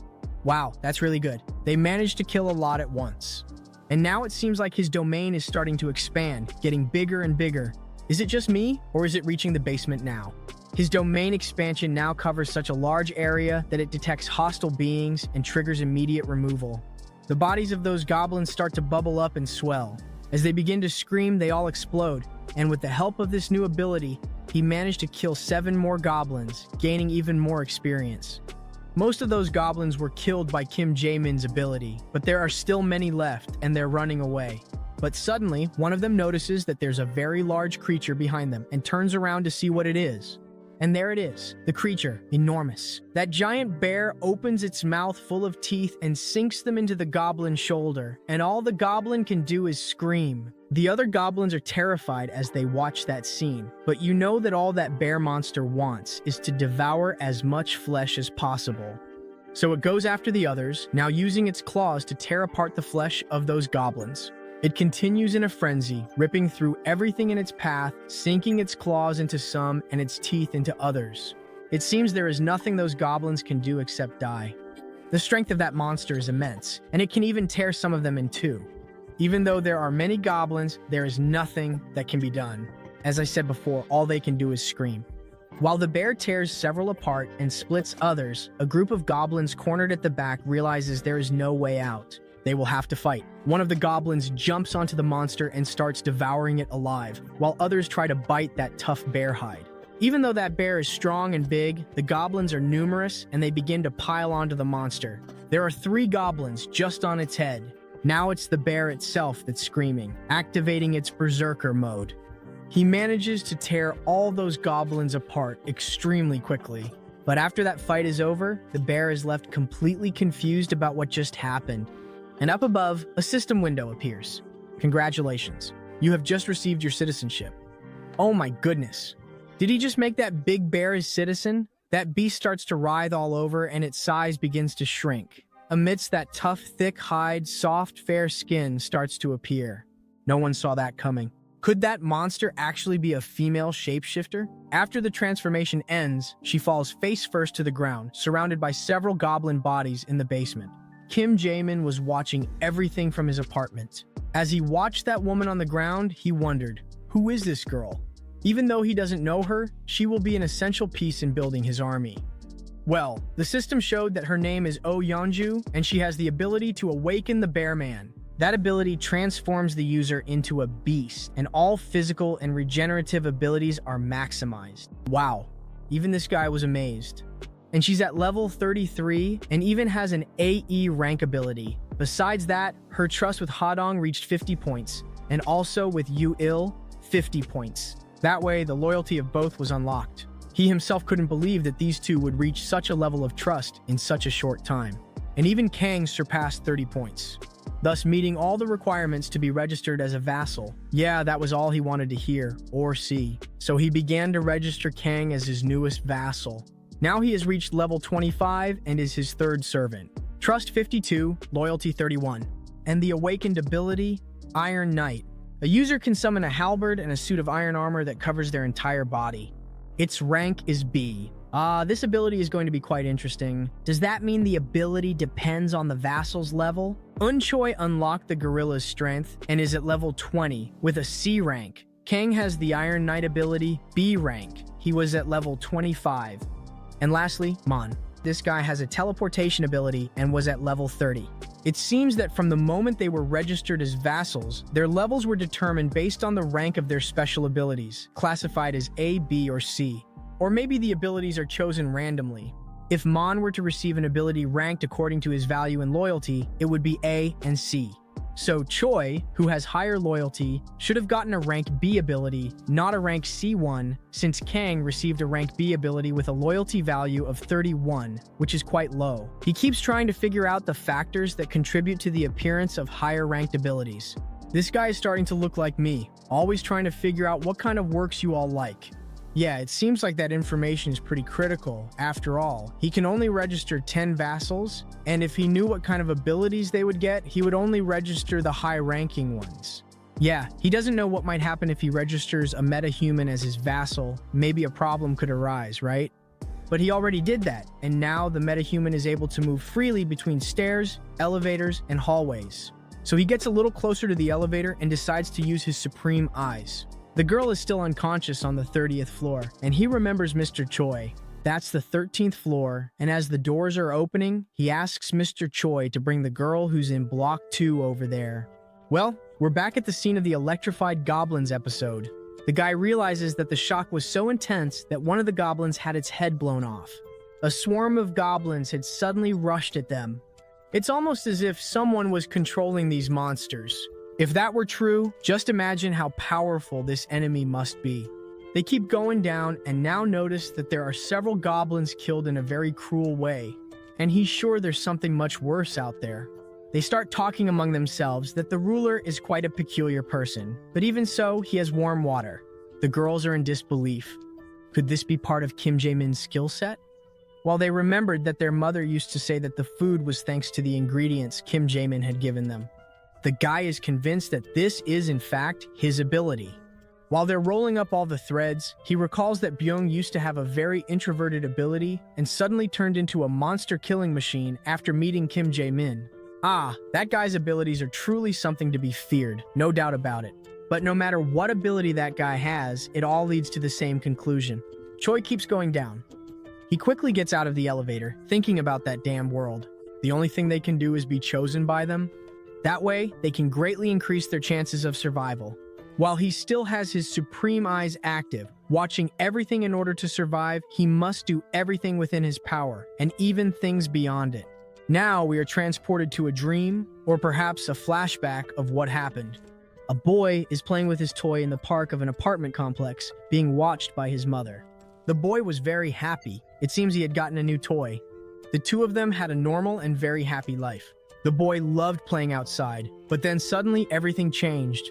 What was supposed to be just a simple playtime outside turned into something she could never have imagined. While the boy waved to his mother, several monsters appeared behind him, and she, unable to believe what was happening, ran to try to grab him and save him from those goblins. But unfortunately, it seems she was not successful. It was already too late. All she could do was watch her son being taken away by those monsters. She screamed, "No!" as she ran. But there in that park, all that was left was a toy, completely crushed, broken, and stained. Then suddenly she wakes up, screaming. So Miss Yeonju has woken up. Kim observes the way this woman woke up and says nothing. She sits up in bed and puts her hand on her head, still completely pale. Kim greets her and says that he is Kim Jae-min. She asks if he was the one who did this to her, but he doesn't know what she's talking about. She keeps insisting, asking if he was the one who blew up those goblins' heads. It seems like a handshake isn't going to happen. Not now. He says that she's right. Yes, it was him. So that means this guy has such a powerful ability? Incredible. This guy can even defeat a group of goblins in an instant. Maybe this guy can help her. She clenches her fists, deep in thought, and suddenly starts trembling all over, still very pensive and silent. Could it really be possible? Then she starts talking about her son, crying a lot. She begs Kim Jae-min to save her son, even if it's just for one day, and starts to cry. Crying, sneezing, sobbing. Just for one day, please, help her save her son. And the system issues several notifications that her trust has increased significantly. All that woman wants is to have her son back. Nothing else. Kim starts to understand the situation. That woman must have lost her son. Well, her crying starts to intensify more and more, and she seems to be losing control. Kim watches that girl while wondering if there is really anything he can do. Then his system activates again. Does he want to assign her a mission to kill 1,000 goblins with no time limit and no penalty? And maybe with the reward, her son. Revival. Wow, the system is incredibly precise, huh? Is it really possible to do that? But unfortunately, that mission can't be assigned. He keeps trying, but without success. Even though there's a glimmer of hope in his mind, he thinks there's no way for the dead to come back to life. But how interesting, it's just not possible right now because he doesn't have enough money. When he gets more funds, he'd better come back and try again. Wow, that was a shock for whom? And that means it might actually be possible. Now he understands that he can bring someone back to life as long as he has enough money. He still hasn't told her, and she keeps crying. He calls out to the lady and says that maybe he can do something to help her, but he still doesn't know exactly what the cost will be. When she hears that bringing her son back to life might be possible, she stops crying immediately. That means there's still hope. Even though she just heard those words, she doesn't believe this guy is actually being serious. Can he really revive his son? He says yes, but maybe it can't be done right now. And the chance of it actually being possible is about 80 to 90%. She starts screaming that she'll do whatever it takes to bring him back. We know that there are two people who awakened their abilities in Ha-dong and Kang Daeok's group and Moon Byung. One was level 30, another 25, and another at level 33. And they should have a much easier time facing most of the monsters. And the best thing to do is to make everyone, the 7 of them and her vassals. Well then, the first thing she has to do is stand up, because he's going to introduce the whole group to her. So that's how the introductions begin. The guy introduces himself as Dong. It seems she really has seen this guy hunting goblins with a baseball. And the other one is the woman who uses a bow. It seems she already knows this group. No one there recognized her, so she starts to imitate a growl and bares her fangs. Are they starting to remember what it was? But then all that comes to that guy's mind is just that bear. But it's not just him. The other two think the same thing. Then she starts to transform. All her fair skin begins to turn black. Fur starts to grow all over, and her feet double in size. Her face starts to turn into a snout. The girl with the bow starts screaming, and there it is. That huge bear right in front of them.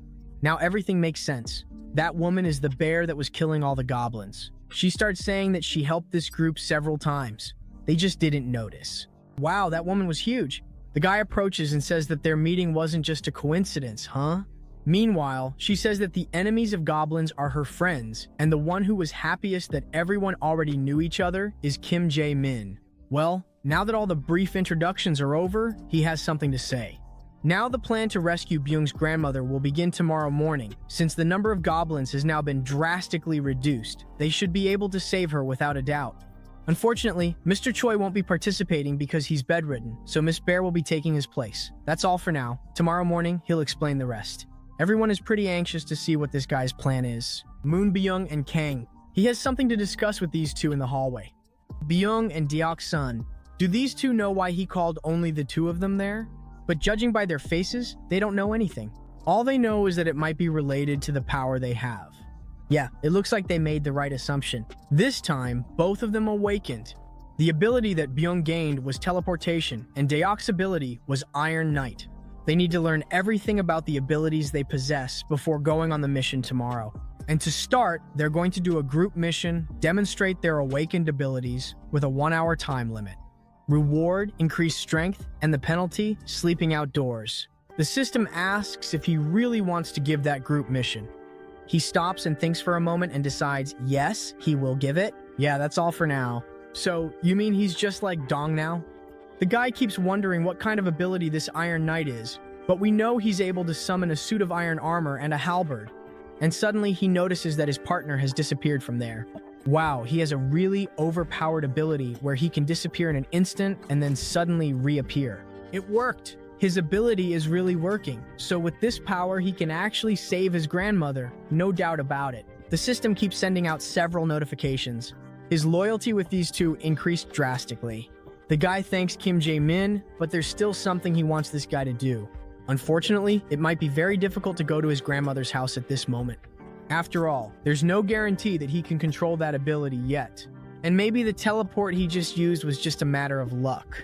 So the best thing to do is to first try to fully understand his ability, how far he can teleport, and also what kind of penalty he might receive for using this ability. Yeah, it seems like that's the best decision to make before leaving. Then something there starts to shine, and they notice there's a huge axe behind them and a knight in armor. So this is that guy's power? Ah, nice work. The guy's wearing some really cool armor. His confidence kept growing. The guy thought his weapon was really cool. Kim asks Byung to try teleporting to the other building next door. He pauses for a moment and thinks, can I really do it? Well, maybe he should give it a try. But before that, he decides to turn it all into a mission. And the time limit is 3 minutes. The reward, proficiency in teleportation. So he starts channeling all his power, while the other guy says, this could be dangerous, and he begins to activate the teleport. Then he disappears from there. Suddenly he appears and goes to the window and sees that he's on the other side, in the other building. Ah, he did it. In fact, he really did it. This opens up new possibilities. Congratulations, Moonbyung, you completed your mission. Whew! Just imagine if he had only managed to teleport halfway. He would have fallen down there. The guy keeps waving and smiling, and suddenly we see that he falls, out of nowhere.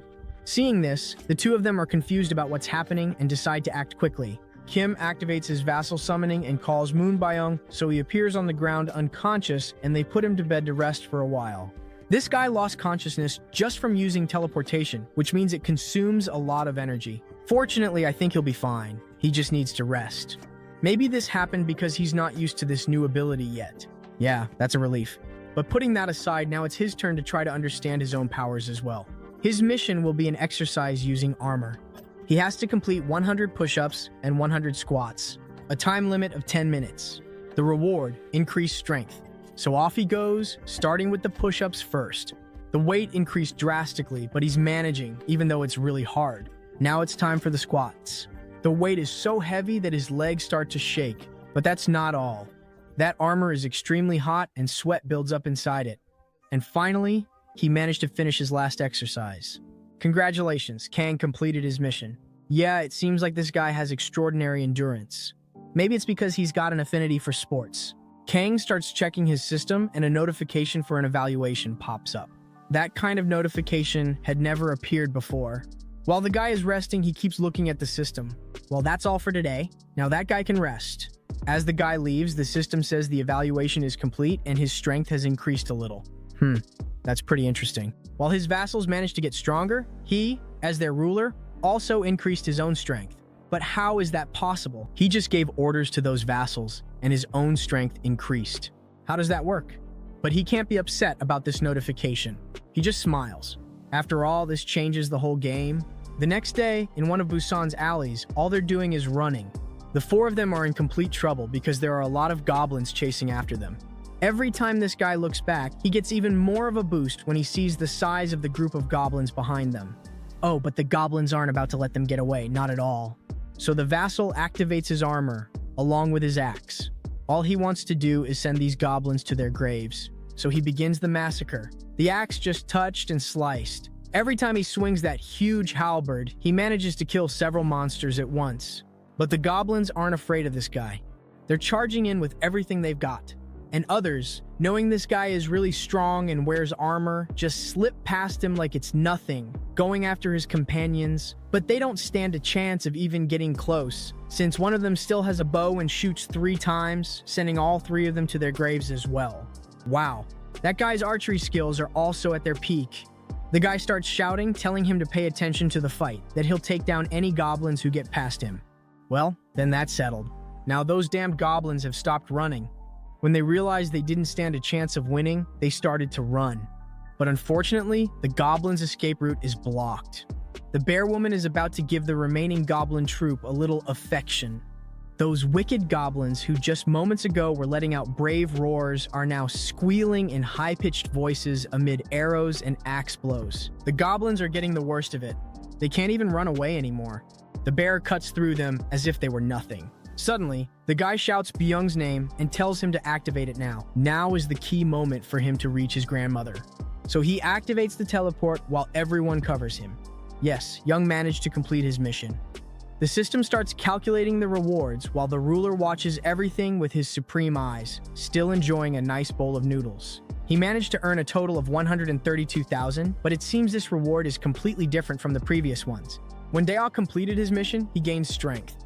Could this mean that the additional reward is random? So maybe that reward could have been bigger, right? Well, he doesn't know. Byung has now managed to complete his mission, but he's used up all his mission attempts for today. And what will his reward be now? Well, it's time to see the rewards. A checkpoint has been obtained.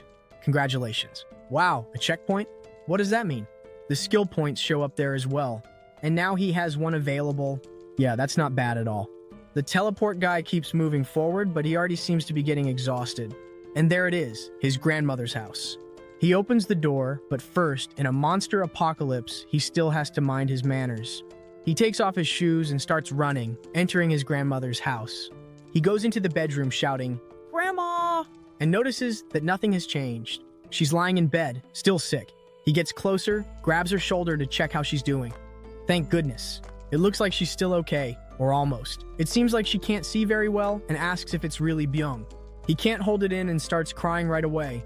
Finally, he managed to find his grandmother and gives her a big hug, his arm around her, completely relieved. Poor thing. He even apologizes for taking too long to arrive, while thinking that all of this is thanks to Jaemin. The system notifies that man's trust has increased significantly, and now, the number of vassals that can be registered has gone up. One surprise after another, huh? Before it was 10 vassals, and now 11 can be registered. So that means leveling up can also be done this way. Very interesting. But how much does it cost to level up Byung? After he clicked, the system said he didn't have enough money to level this guy up, and it takes 100 million to level up that vassal. Hey, hold on a second. Things are getting really expensive. Yeah, unfortunately he tried, but all he can do now is give this guy daily missions. Out of nowhere, he hears a noise, and it seems like someone is coming up in the elevator. Who could it be? So he activates his supreme eyes and sees two people there. A really strong guy, still holding a box, and he knocks on the door, asking if anyone is inside. The mother opens the door, asking who they are. The girl is Kim Dobin, and that's her younger brother, Kim Min-ho. They are the people who live in apartment 1701. The mother quickly asks what they're doing there, but she only left her apartment because she needs help. That girl isn't really used to asking for help, and she knows that in an apocalypse, maybe she's being a bit shameless. She asks the girl if she can take a shower, if that's possible. The mother expected everything, asking for rice, food, water, but a bath, a shower. Even I didn't expect her to ask for a shower. A shower? Yeah, just a shower. Oh, that's easy. She tells them to come in and says they can take a shower, but the guy is still holding that box and asks where he can put it. They didn't come there empty-handed. They brought some canned goods and a few random items for them to eat. Maybe this is payment for the shower. There's fish, tuna, canned meat, sausage, peas, corn, and all sorts of other preserved foods. Yeah, it seems like they didn't need to bring so much food just to trade for a shower. The girl just said she felt bad. After all, she had entered a stranger's house to make a strange request. Then, out of nowhere, she notices that they have a lot of weapons there. She asks if that bow and that baseball belong to the owner of that apartment. The mother said the situation is a bit complicated, but they do belong to a resident of that apartment. While Kim Jae-min observes everything with his supreme eyes, it seems that those people are not bad people. Maybe later he'll go meet these visitors and ask them if they want to help rescue the survivors in other buildings. Suddenly, a notification pops up that he hunted a red tiger and gained a large amount of experience, and a total of 39,001 was deposited into his digital wallet, and he even leveled up and acquired a brand new skill as well. Wow, what could be happening? After he activates his supreme vision, he notices the danger. Everyone outside is exhausted. It looks like they took part in a battle in a coliseum. The dead tiger on one side and the bear woman lying on the other. He barely managed to recruit that bear woman. And has she already been killed? What is going on? Then, an immense pain begins to eat away at his body. The pain keeps increasing, and the system notifies him that he has discovered several people who can receive citizenship. Will he offer citizenship to these people? the system keeps asking yes or no. So he granted citizenship to everyone. And now he has a total of 50 citizens, and the experience and money they earn has increased to 100%. And when he reaches a certain number of citizens, he will unlock a new ability, the power of trust. But we know there are still people seriously injured there. Man Byung picks up his grandmother and runs to get her out of that hell, while everyone in the group also starts running.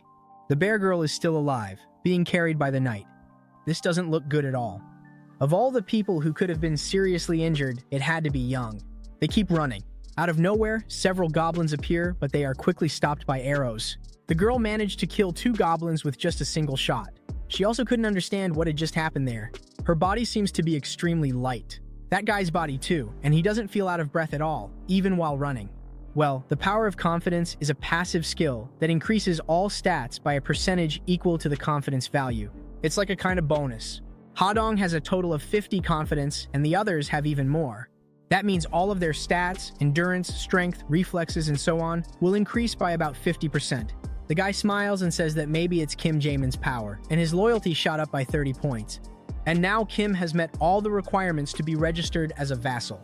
And O'Haring has also met the requirements. He tells the system to register both of them as vassals. Well, if they already thought they were strong, now they're even stronger. The boy became the 4th servant, awakening the piercing ability, and the girl earned the title of 5th servant, awakening the poisonous mist ability. As they feel that power entering their bodies, they realize the goblins are still chasing them. But unlike before, they're not going to run. The woman gets ready to use her ability. She fires an arrow, which hits one of the goblins squarely in the head. But unlike the last times, this arrow now has the power to be guided. So with a single arrow shot, she manages to pierce through 4 goblins in a row. If she wasn't believing what was happening before, now she's even more unsettled. That piercing ability of rank C consumes mental strength to fire a penetrating arrow. Is it time for him to give her a quest? Well, that's exactly what he does. He assigns her the quest to hunt 10 goblins, and the time limit? 10 minutes. The reward? Piercing proficiency. What about the failure? Fatigue. That ability is a bit more complicated, but still quite powerful. The poisonous mist of rank B, which consumes mental strength to create a deadly poisonous mist. Although this ability is a good one, it's a level B poison neutron skill. If used incorrectly, it can seriously affect your own allies. It's a double-edged sword. He needs to keep this in mind and then take a look at what this ability might be capable of. Finally, Kim managed to complete her mission, and now he can't assign her any more missions that day. The system begins to calculate the rewards. After all, this time, it was a total failure. So since everyone is calm, he decides to check on the citizens on the lower floors. One of them is walking calmly down the hallway, and another is in the bathroom. That guy has good instincts, getting drinking water in advance. And it seems that these people have plenty of food there as well, which might mean they don't need to join the group. After all, they are able to get food and water on their own. Then suddenly, he notices a woman lying down. Her name is Kim Da-gung, level 26, confidence 18, awakened ability, healing, rank B. That power can consume mental strength to heal injuries. Ah, that was exactly what he wanted. A beautiful healer, no doubt. Well, this story is kind of like Pokemon, but instead of collecting Pokemon, he can collect extraordinary humans. Now let's go to apartment 2902. He opens the door very slowly to see what's inside, but he sees that it's locked. And now, how is he going to open that door? But do you remember that he had acquired a skill earlier? So now let's see what it is. That's the skill, Invisible Hand of the Reclusive Ruler, level 1. Nice. Ah, the system is helping him a lot. All he has to do is focus on breaking that lock, and then that invisible hand turns into pliers. Ah, that's exactly what he needed. So now all he has to do is cut it. With the pliers, things get a lot easier. Well, now that he's cut it, he just has to go in. And he runs toward where the woman is, and she's still lying on the ground. He starts shaking her body, asking her to wake up, but man, her condition is worse than he imagined. She's extremely dehydrated. He looks around, trying to find something to help her. Wait a minute, how is that woman dehydrated with a bottle of water so close to her like that? But this guy is overthinking it. All he needs to do right now is save her. So he opens his system, thinking of a new strategy to save her. He opens the system and gives her a mission, to take 1 breath. That way, she'll earn the reward of recovering from dehydration. Yeah, in fact, it looks like it worked and she's starting to feel revitalized, and it seems like she's waking up with her vision still very blurry.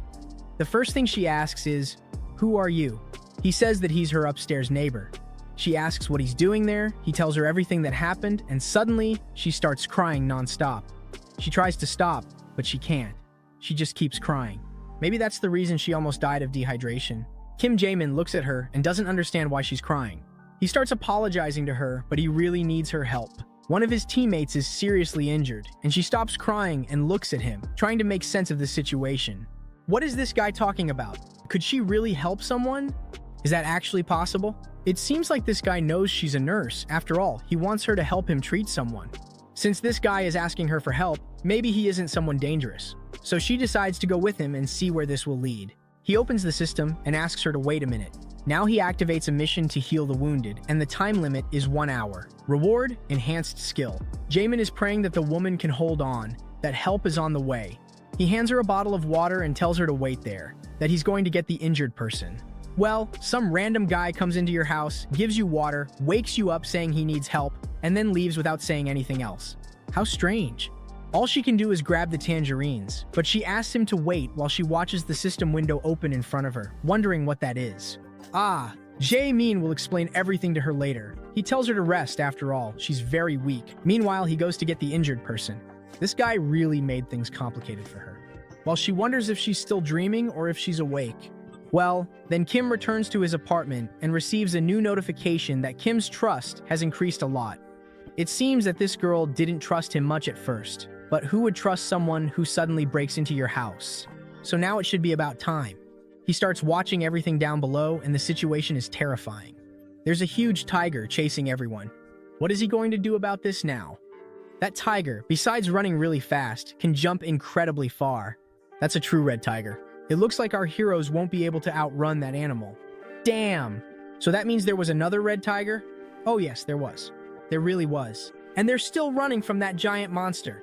While they're running, the girl steps wrong, twists her ankle, and falls to the ground immediately. The two try to cover for her, but I don't think it's going to be possible, and she tries to get up. Okay, and when she realizes it, the tiger is already right in front of her. Look at the colossal size of that animal's head. All she can do is watch because there's no time left to run. So when the tiger is about to bite her, she suddenly disappears, and that was a close one. Look at the size of those fangs on that colossal animal. Look at the monster's face. He did not like his snack disappearing at all. Where she was, there's only smoke left. Wow, that was really close. And she reappears still screaming. After that, she's going to need to change her pants. Kim managed to summon her in time. If it weren't for him, she would have become a snack, but fortunately everything turned out fine. Well, only for her, because the others are still running from that colossal animal. While she can rest, they keep running, but the system keeps notifying him that he has discovered more beings who meet all the requirements to be registered as citizens. Then the teleportation boy shows up. He asks Kim to take care of his grandmother for him, but Kim asks him to wait a minute. Does this guy have a plan? Well, he looks at Kim's face and decides to wait. That tiger, despite being very large, is incredibly fast. Or maybe they need to kill that red tiger using some slightly different methods. They'd better hurry because the tiger is catching up to everyone. The guy looks back, trying to find some way to escape from that monster, so he gathers his courage, turns around, and uses all his strength to throw that baseball, pitching it with extraordinary force. Well, the ball heads toward the tiger, but unfortunately, misses the target. The tiger keeps roaring, and everyone realizes that Dong-gyun is very close to the tiger, and now it seems like it's too late. This guy's about to become tiger food. The tiger tries to grab him with its paw, but fails. He runs, telling everyone else to run too. And this guy is really into sports, which is why all his reflexes and senses are very sharp. He keeps running toward the building's parking lot, since running in a straight line would basically be suicide. The tiger is about to sink its teeth into this guy. He looks back and sees the size of the fangs waiting for him, and now he starts praying. Then, ropes appear that seem to be made of aura, managing to stop this monster, bringing it to a sudden halt. Its front paws are lifted off the ground, completely losing traction, and it tries to break free from those ropes but can't. The guy just stands there watching, not understanding what's going on. The girl, realizing the danger Dong is in, notices that the tiger is struggling with something unknown, but this is the perfect opportunity for a mission. Since she knows exactly what needs to be done now, all she has to do is aim and shoot. Meanwhile, Kim up above thinks that with Gahyeon hunting, he can get 4 times more items. She aims her compound bow at the animal's heart while it continues to thrash about. The life of that prehistoric animal, a hunter of humans, ends right there with just 1 arrow. They managed to hunt that level 28 red tiger, and he gained a large amount of XP and 63 million won deposited into the ruler's wallet. and the trust with those 5 citizens increased drastically. Dong has now met all the requirements to become a vassal as well. This is all incredible. Now Dong has been registered as his vassal. A little later, the healer girl continues her treatment, using her mental strength to heal all the wounds. Her healing ability is extraordinary. The wounds are healed quickly. Even though the bear girl is badly injured, she will survive. Yeah, it seems they're really lucky to have found this Kim. Kim looks at them and asks what happened with this so-called red tiger. It seems that the house where Byung's grandmother lived was in the territory of that red tiger. When they managed to kill one, it seemed like there was another, but something feels really strange. I think there's someone with powers similar to our Kim Jaemin, only on the opposite side. There were no goblins in that area, otherwise Byung's grandmother wouldn't have been safe, and they should just be glad she was in the red tiger's territory. But is that luck or just a coincidence, or was it intentional? Well, we still don't know. All we know is that Ga-hyun completed her mission, so now she managed to finish it, and it seems she did a great job. Can she go home now? Choi asks her to wait a moment. He knows that's not what was supposed to happen, but he keeps asking why they always have to gather at his place. Even though we know the reason, they don't. Just look at how many people there are. They're not used to having this many visitors, and on top of that, having to solve everything at his house. Apartment 2901 is empty. It has electricity and all the other necessities for daily life. And starting from noon the next day, everyone should live there.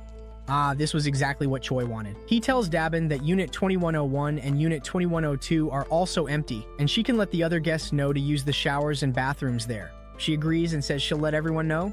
And if they want, they can even use one of the apartments and the rest can share another, but this doesn't come for free. He has a favor to ask. He wants her to become a messenger between the other survivors and himself.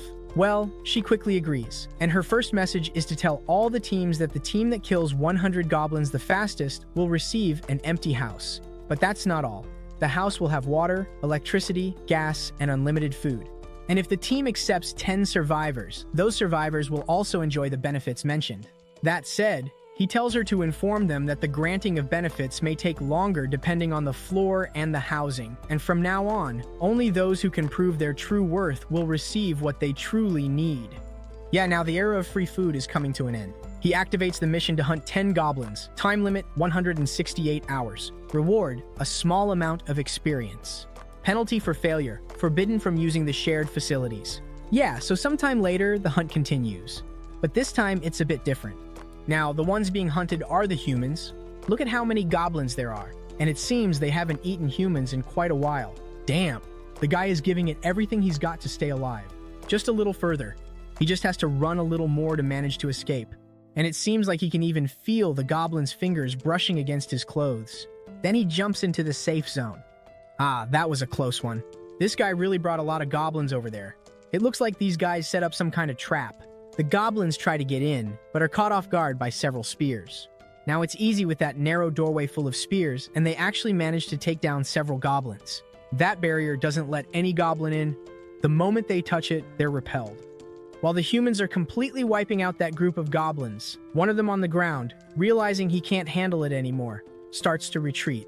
The others, noticing this, start to do the same, but the guy is determined to kill all the goblins. He grips his spear tightly and gets ready to show these goblins something really entertaining.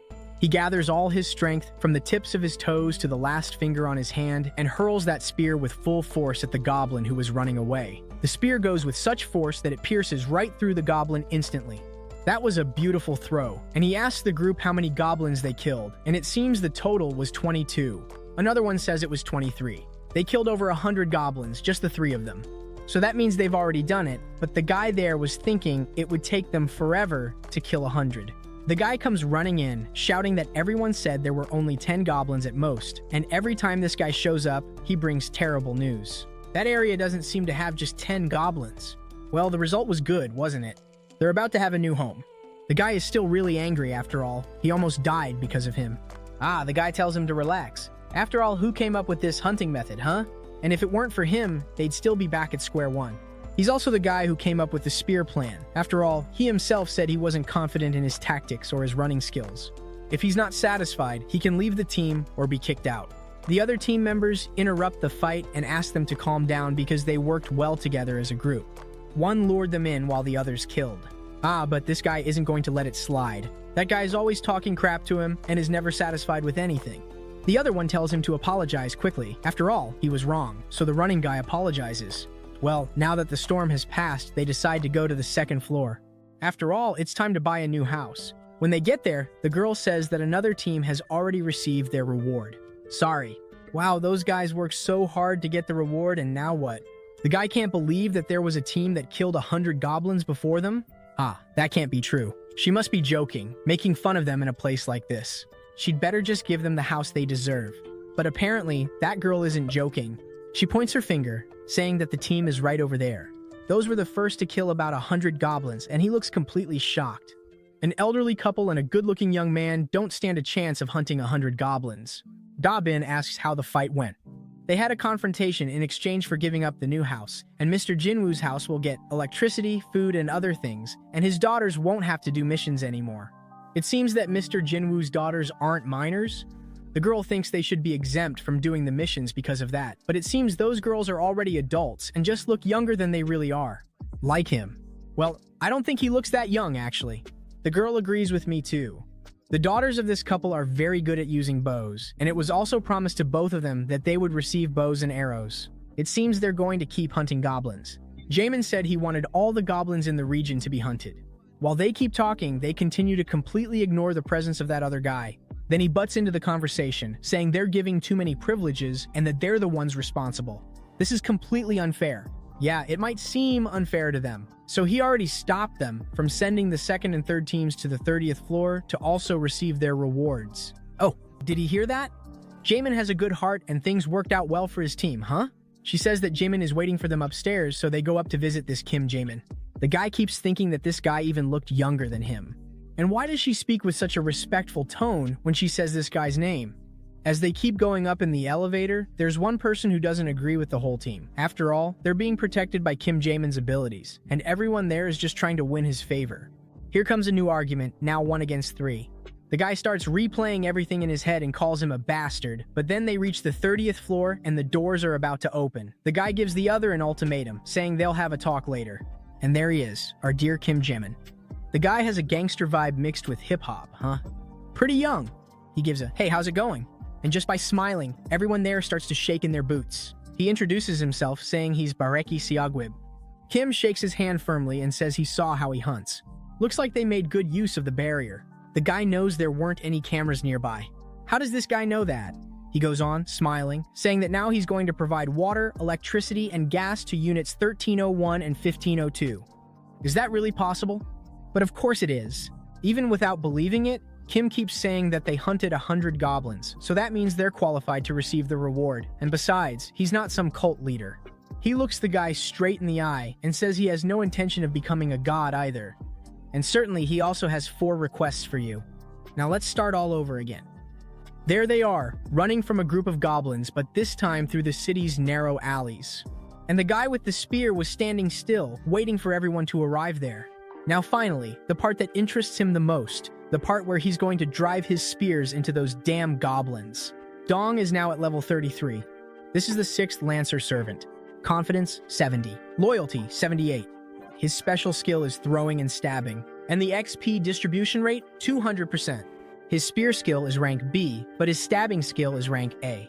It allows him to temporarily manifest a sword aura when stabbing the target, and he also has the Knight skill, which was nothing more, but nothing less than that buff, based on the loyalty stat.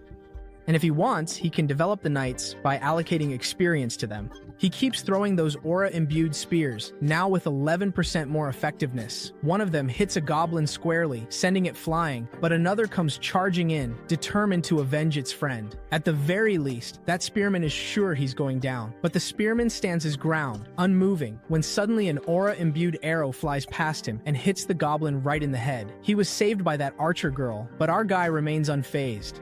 He grabs another spear and throws it at the last orc, hitting it dead on, and with that, he completes his mission of hunting down about 100 orcs. So this time, he managed to rescue all the survivors without a single scratch. This guy is in fact really strong. And so, all those survivors will be granted permission to enter his domain. Would he like to register all of them as citizens? This time there were 3 people, and with that, he now has about 200 citizens. Since he has this impressive number of citizens, he has now developed the ability to collect taxes. Very good. Interesting. This seems like a domain expansion. Well, he can collect 10% of the citizens' current balances as tax. That ability doesn't actually deduct from the citizens' real balances and has a cooldown period of 30 days. That means this ability can return a portion of the money they've earned back to him. However, the one thing this guy can't figure out is how much he actually takes. At this rate, it'll take him 10 months to receive the full amount, and he doesn't have that much time to save his parents. If he can send Ha-dong and his Nanbong team as quickly as possible, maybe it will be possible. Dong means neighborhood, so let's go with the initial distribution rate. Will people think 30% is too much? Maybe they should think of it as an investment. Now that his skill level has increased, he also has the House Declaration, which reached level 10 and earned 3 skill points. Every time this happens, it's almost like a domain expansion. His whole body starts to tremble, and that dome begins to grow. Ah, I like that. Congratulations. Now that entire building is his, and he received 1 billion won as funds, and the construction function was unlocked. So does that mean he just unlocked the Clash of Clans feature? The facilities available for construction are solar power generator, 133 million. Pretty cheap, huh? There's also a store, 219 million, and a gym, 300 million, while he has about 1 billion. And the annual output of those things is about 30 million. So which of the 3 should he build first? He's shocked when he sees the numbers. 30 million are produced in a year. Although that electricity generator costs about 130 million to break even, he needs to keep it running for at least 5 years. So, should he go for it or not? I think it's not the right time yet. After all, he needs to use the money first to raise Ha-dong's level. But wait, he has 1 billion. That money can also be used to build various things, right? Ah, he just had a brilliant idea. This completely changes the focus. The funds are totally different from the money that goes into his wallet, so he can use it, no doubt. So he goes back to the system and clicks yes. The power generation will be activated, and the remaining time until the generator's construction is completed is about 24 hours. And there are 867 million left. Well, he doesn't think that's enough. He needs to build more. Damn it! The system just blocked this guy. It's not possible to build more than 1 generator per building. Maybe he can build a store, but it seems like that is much better than he thought. That store has an ability linked to the ruler's store, and the items he registered can be sold there. But what makes it even more interesting is that no one is needed to operate the store, and the system produces the item in real time when the money is paid. Before this, he needed to assign a group of people just to distribute supplies and first aid to others. And with that store nearby, they'll be able to buy everything they need. But in fact, our system is getting really interesting because this guy is the system itself. How wonderful is that? He can also set all the prices, and with that, he can further increase his money distribution rates. He decides not to waste any more time and to build it immediately. Now, all he has to do is choose a location to place the store. So he starts thinking that maybe Unit 101 would be the perfect spot. And the completion time for that store is 2 days. And finally, the installation of a gym. After all, everyone needs to be in shape. At the gym, everyone can improve their strength and endurance. And when they train there, training efficiency increases by 200%. And if a citizen is at level 15 or below, the efficiency is tripled. Wow, what an overpowered gym. Although he already knew that people could level up there through exercise, it would be great to grant such a good mission reward. Where will he put the gym, I wonder? The second floor is the perfect spot, and the construction will be completed in 3 days. Now let's take a look at the skill points. The skill Final Recluse's Shop has reached level 5, and now he can register up to 500 items, plus a modification function has been added. Items can now be purchased individually. This means that items that used to be sold only in kits can now be bought separately. If you don't have much money, this will be very useful. Let's take an example. Water. You can buy 300 ml, 500 ml, 1 liter, 2 liters, 10 liters, whatever amount you need. Even if not everything is available, there are a lot more options now. And what about the other items? How will he divide those up? Pasta, for example, will be sold by the package or by soup, big soup, large package, medium package, instant noodles, and all the different types of pasta you can imagine. Ah, that's going to be really useful for carrying out longer missions. A little further away, the knight is fighting several orcs. Even though the orc is very strong, he is much faster and manages to dodge all of that monster's attacks. And with just 1 strike under the ribs, he ends that orc's life. Yeah, it looks like that one gave him some trouble. The other guy calls out to him and asks, what happens when he throws the axe? He himself has never stopped to think about that. The guy asks to borrow the axe to try it out. He activates his ability on the axe, and it looks like he's about to throw it with full force. He winds up and throws the axe all at once. The guy can't believe he just threw his axe so far away. And now how are they going to get it back? No worries, you just have to compact it and cancel the summoning before summoning it again. Ah, if that's the case, then it's all right. So he does as the guy said, and another axe materializes in front of him. Wow, this guy is a genius. Now they have infinite axes, but unfortunately, that girl doesn't have many arrows left and they need to move quickly. Then she looks to the side and sees a sack full of arrows materializing. And the girl is completely confused, wondering how that sack full of arrows just appeared out of nowhere. It seems he can use omnifocus. He can use another ability when he's observing an area with the eyes of the absolute ruler. Well, now that she has arrows, nothing can stop her. She starts shooting at the remaining monsters. Congratulations, you have successfully hunted a level 19 orc. You gained a lot of experience, as well as 2,100,000 deposited into your wallet. Those first citizens he had picked up managed to complete their mission, and even Kim's level increased. Yeah, it seems the system was right. It's possible to increase stats with mission rewards as well. It looks like he's starting to see a glimmer of hope. His parents' house is about 10 kilometers from there. That means it will take about 3 hours of walking to get there. Well, then maybe it's time to leave the house. He takes the elevator. Yeah, this is one of the few times he's able to leave his apartment, but it's not very far either. He starts to look at that wonderful city, once a very beautiful and prosperous place. Now it's all destroyed, and he needs to hurry because time is running out. Now first he's going to start with Hadong, and also Moonbyung, who's level 22, and that guy's clever skill is Crow Governor, while Kim Jong's C-rank skill is being put to good use for reconnaissance at the moment. There's also Heo Yongho, the bear warrior woman who's at level 33, and there's another one with a healing ability, and he's going to give her a mission as well.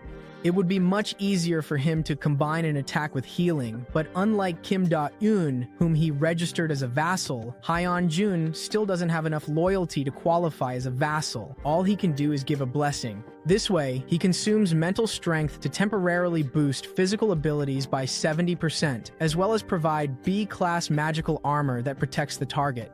People who have clever abilities from the start have a huge advantage. Unfortunately for our boy, that's the only choice he has. Or is it? The resurrection of the sun. Even if he tries several times in a row, he doesn't have enough money. So at this moment, he needs to increase the difficulty of the mission as much as he can. So they're going to hunt monsters of level 40 or higher. It looks like they're going to face a very strong monster. That will also guarantee great rewards in return. And the time limit will be 24 hours. And the penalty? Death.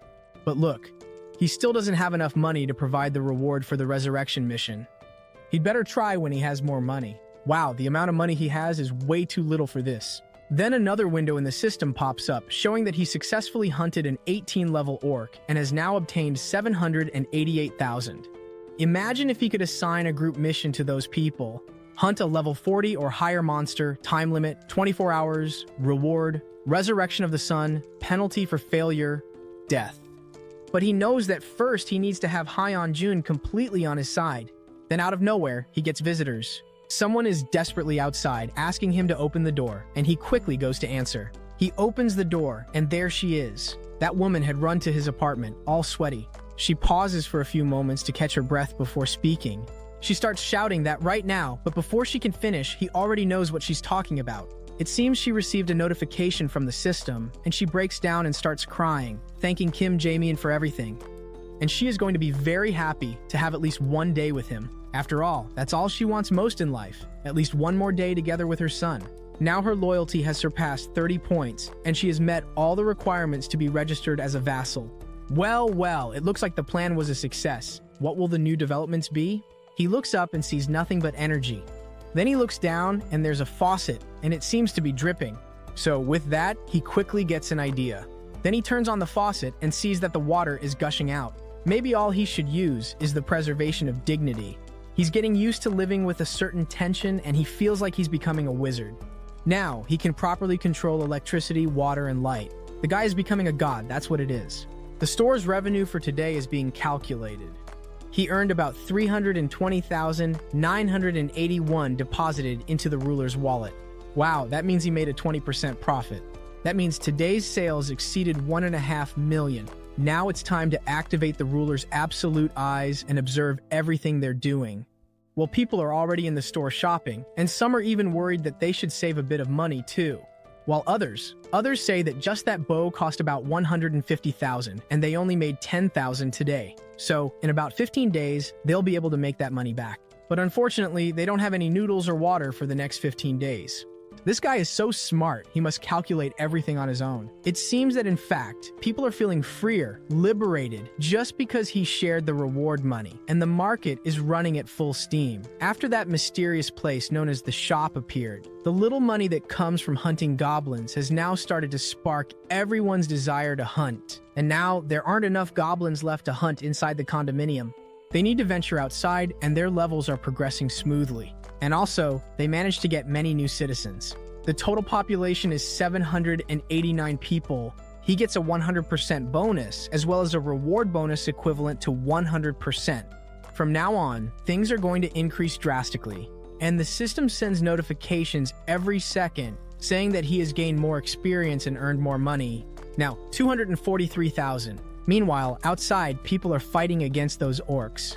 That's child's play for that bear woman. She tears one apart with her hand and bites another while holding two more with her other hand. And so she goes on massacring dozens of orcs extremely quickly, driven by a single desire.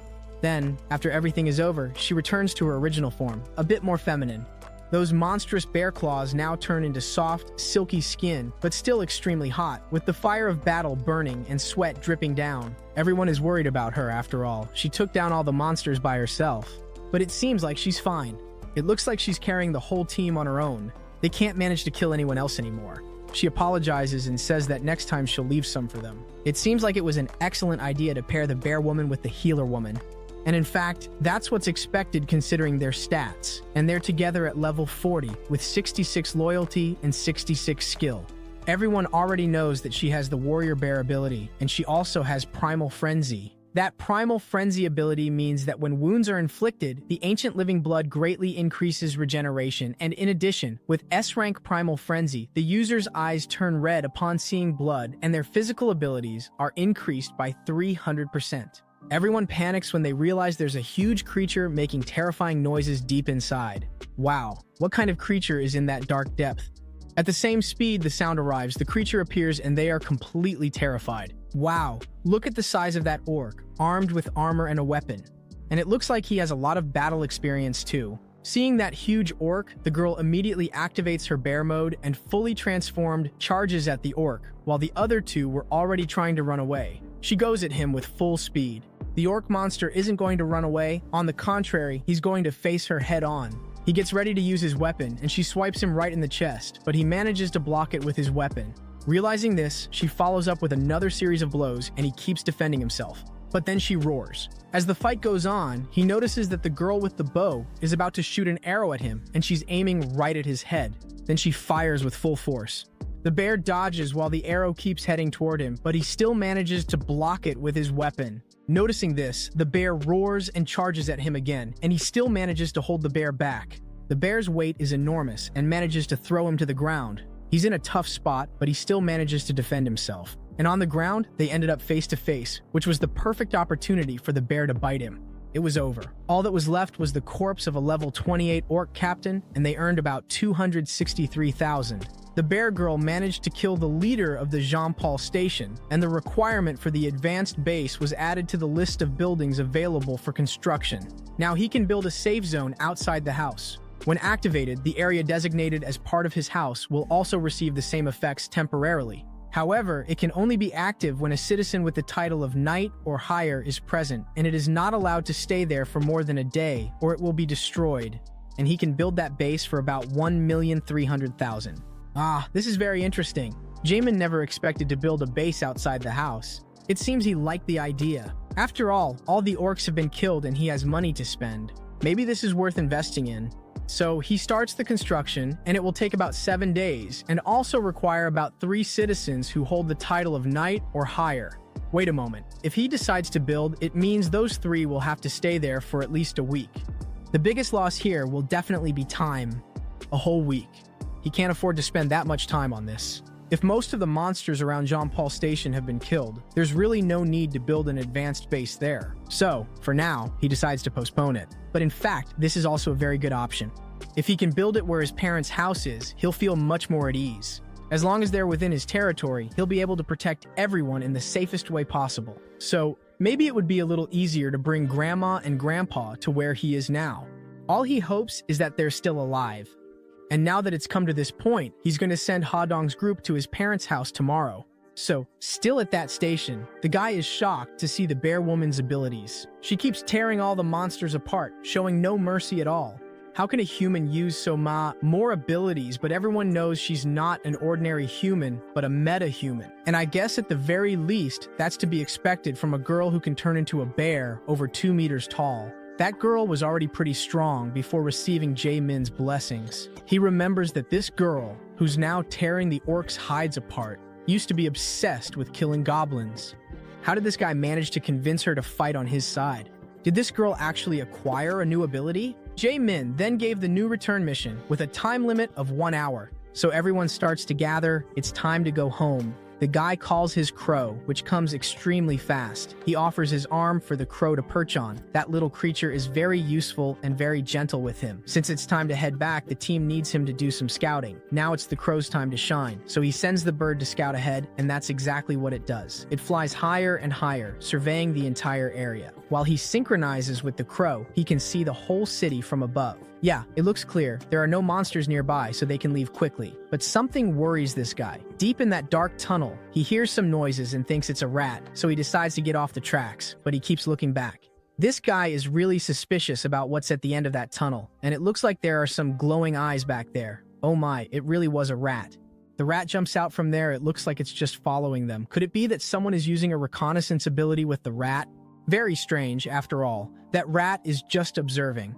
Maybe it could be a human, since the monster can't get past the barrier, so maybe that means it's a human.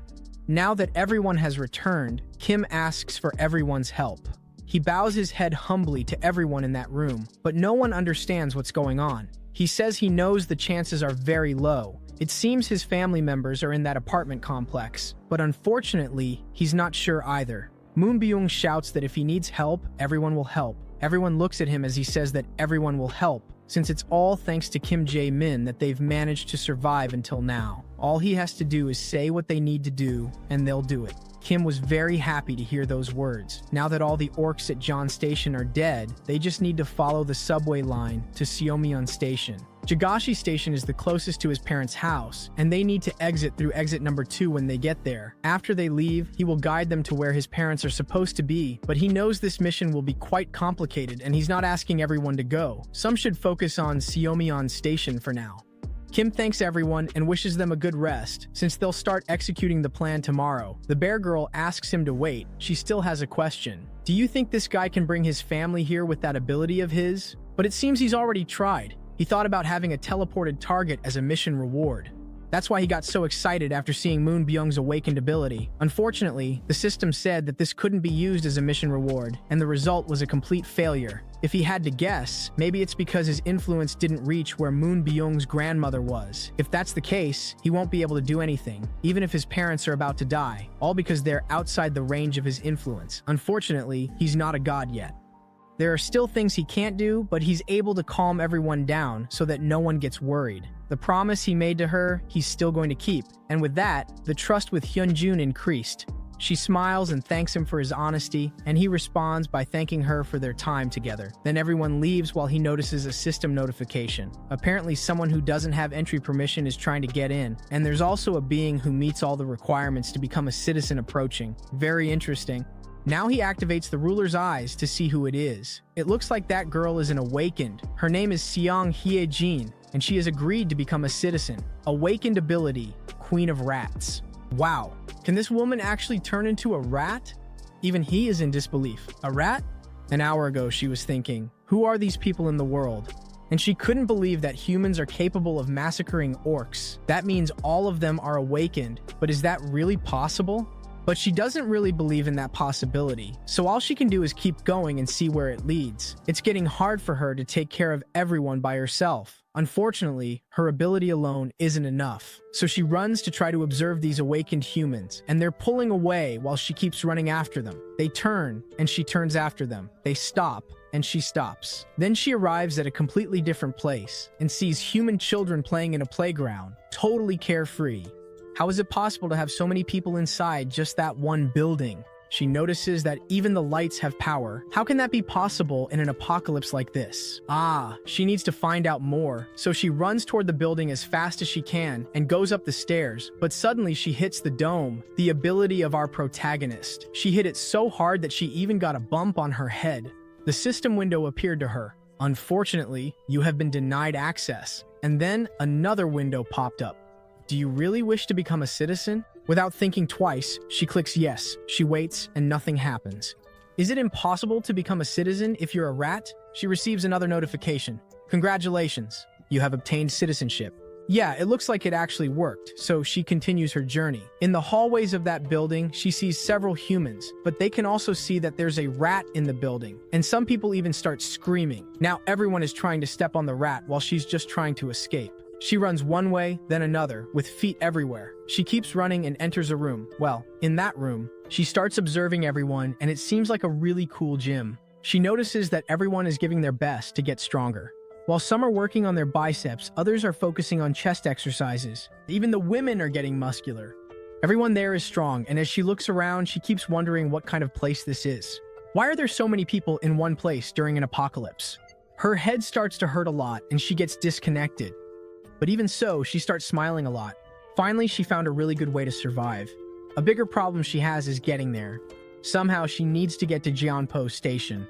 She starts biting all her nails, thinking that this is the only way.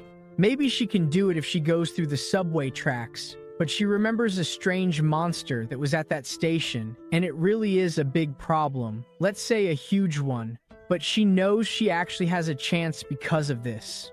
An army of rats, and there is no place she can't get into. Moments later, a notification arrived that he had hunted a level 2 domesticated rat and gained a small amount of experience, as well as some money. That rat queen has the loyalty of all the rats that have encountered her. Once a rat has been domesticated, it can be controlled and its senses can be freely shared. So that means she can control rats. He uses absolute eyes to try to find her so he can make her a vassal as well. He looks through the building's hallways, but she's not there. He also checks the amusement park, but she's not there either. What if he gives her a quest to find him, with a 48-hour time limit? A chocolate reward. But then he remembers what the other girl said earlier, that he couldn't bring his familiars using his abilities. And he tried several times, but all without success, simply because they're out of his sphere of influence. So naturally, a target to whom he granted citizenship should technically be under his influence. He can say this for sure. After all, the monsters they killed grant money and experience no matter how far away they are from him. So he starts to create a quest, and the quest is nothing more than to visit the apartment unit. Time limit, 10 seconds. Reward, chocolate bar, and the penalty for failure, summoning. Yeah, in fact, that quest is going to work because there's no way she'll make it in 10 seconds. And to think that he could make use of the failure penalty in this way is surreal. He then decides to try it this way, even though it's something unique. If he can summon citizens outside with this, it will be a success. And it would also be possible to bring his entire family there safely. And in the case that the outpost base is active, it should function temporarily, just like the main territory. But what if he sends the Hadong group there and builds the outpost base? That way, he can grant citizenship to all his family members. Then it will just be a matter of using the system's search function to summon them to where he is. This is a great plan, but the question here is how much money it will cost. So, now that he has a plan, he decides to give it a try. He's praying that the cost won't be more than $1 billion. And after 10 seconds, a notification arrives that Citizen Heijin failed and 31 million were used. Whew, that was close, and he even thought it was cheap. That girl was teleported right into his apartment. It actually worked. Now he's face to face with the Queen of Rats. She looks at him, not understanding what's going on, and he says, "Hi, Miss Heijin." Now she becomes even more terrified.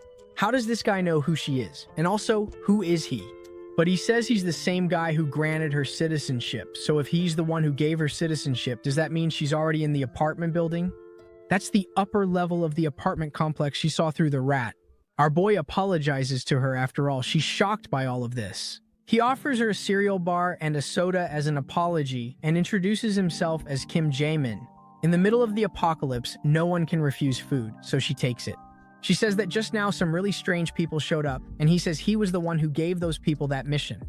So in that case, she helped some people and wanted Kim to let them become citizens too. She was going to bring everyone. But considering the distance, it's almost impossible. That's why she was taking the risk, but just how many people are there in total? But it's only 35 people. He never imagined there were that many people with that girl, and that really complicates things. Unfortunately, at this moment, he won't be able to do it. After all, it would be impossible with the power he currently has, and she begs him. Her mother and younger brother are still there. He knows very well the distress that girl is feeling, so he asks for a moment to think of a solution. He remembers that he was able to grant citizenship to Seog Hae-jin, even though she wasn't there in person, which means his territory considered the rat as part of her. So maybe there are more possibilities. He looks at his system window, which shows her trust level is already at 37. He hasn't done anything, and her trust is already that high. It seems that girl is in a situation where she has no choice but to trust him. And he turns to her again, calls her by name, and asks if she's really willing to work. And she quickly replies that she'll do whatever she can. Our boy never disappoints. He'll find a way to make this work then. All she has to do now is trust him completely. If she says she completely trusts him, he'll find some way to save her family. The girl starts sweating nervously and begins shouting that she trusts him and will do whatever it takes to save her whole family. Yeah, it looks like the plan worked. The system notified that trust reached 50 points and loyalty was unlocked. Now he can register her as a vassal, so that's what he does. She starts to receive all the power of a vassal of Kim Jae-min, and her loyalty is at 33 and her level is 31. Now that she's become a vassal, her trait has been enhanced, Tamer. It increases the tamer's stats according to the loyalty value and also boosts the growth speed of the tamed based on the trust value. This way, the tamer will continue to grow. Those who reach a certain level can undergo evolution. Does she have any tamed rats near the area where her family members are? And still feeling the pressure of the power entering her body, she says yes. So all she has to do is take those rats directly to her family, and that's what she does. While she controls the rats, he observes everything with the gaze of a ruler, and that is a level 2 tamed rat. Now he sees that there are 4 people there, and it seems they know about that girl's ability. Then, out of nowhere, a system window activates above the rat's head, and from it falls water, food, noodles, everything they need for their basic survival needs. None of them can believe how food suddenly started to appear. This can only be the work of that girl, without a doubt. And their trust in her increased greatly and kept growing, and it seems like things are going exactly as he expected. That girl's ability with the rats and the absolute eyes are a perfect combination, and from now on, he will be able to observe through the eyes of thousands of rats crawling through the sewers. His power is getting more and more insane. He just got his hands on the best reconnaissance troops possible, so that means he's referring to the area near the sea. Coincidentally, that girl had been there because her parents lived there, and it would naturally be more advantageous for her to go on the first reconnaissance trip together with Ha-dong's group. And all she needs to do is send her rats as well. If she does that, he can see with his own eyes that her family is also alive. Then it would be much easier for him to send plenty of supplies to everyone who is there, but she'll take care of that. She'll do everything as agreed. Now her confidence has grown a bit more, and they are ready to start that mission immediately. He suggests that she go along the tracks, Busan line number 1. You remember that Busan means neighborhood, right? His plan is to use that line as a rescue operation route in the future. She starts shouting, saying that he can't do that because there's a terrifying monster in there. But he had no idea there was a monster inside, which means they'll have to clear out that area. He asks her if she can send a rat to where the monster is, and she says yes and does it right away. So there it is, walking through the corridors of that abandoned subway station. It runs as fast as it can, and then we see the body of a huge orc hanging and a very large snake devouring it. That snake is colossal. I'd venture to say it's more than 10 meters long. The rat stays still, watching the snake, but then the snake notices that something is watching her, and the rat quickly hides behind a pillar. But she immediately goes to check what it is. Not even a single small rat goes unnoticed by that serpent. She opens her mouth and gets ready to strike. That serpent is one of the natural enemies of rats. She strikes, but he manages to dodge and run as far away as he can. Even though he's pretty fast, she's able to track him, and he keeps running farther away.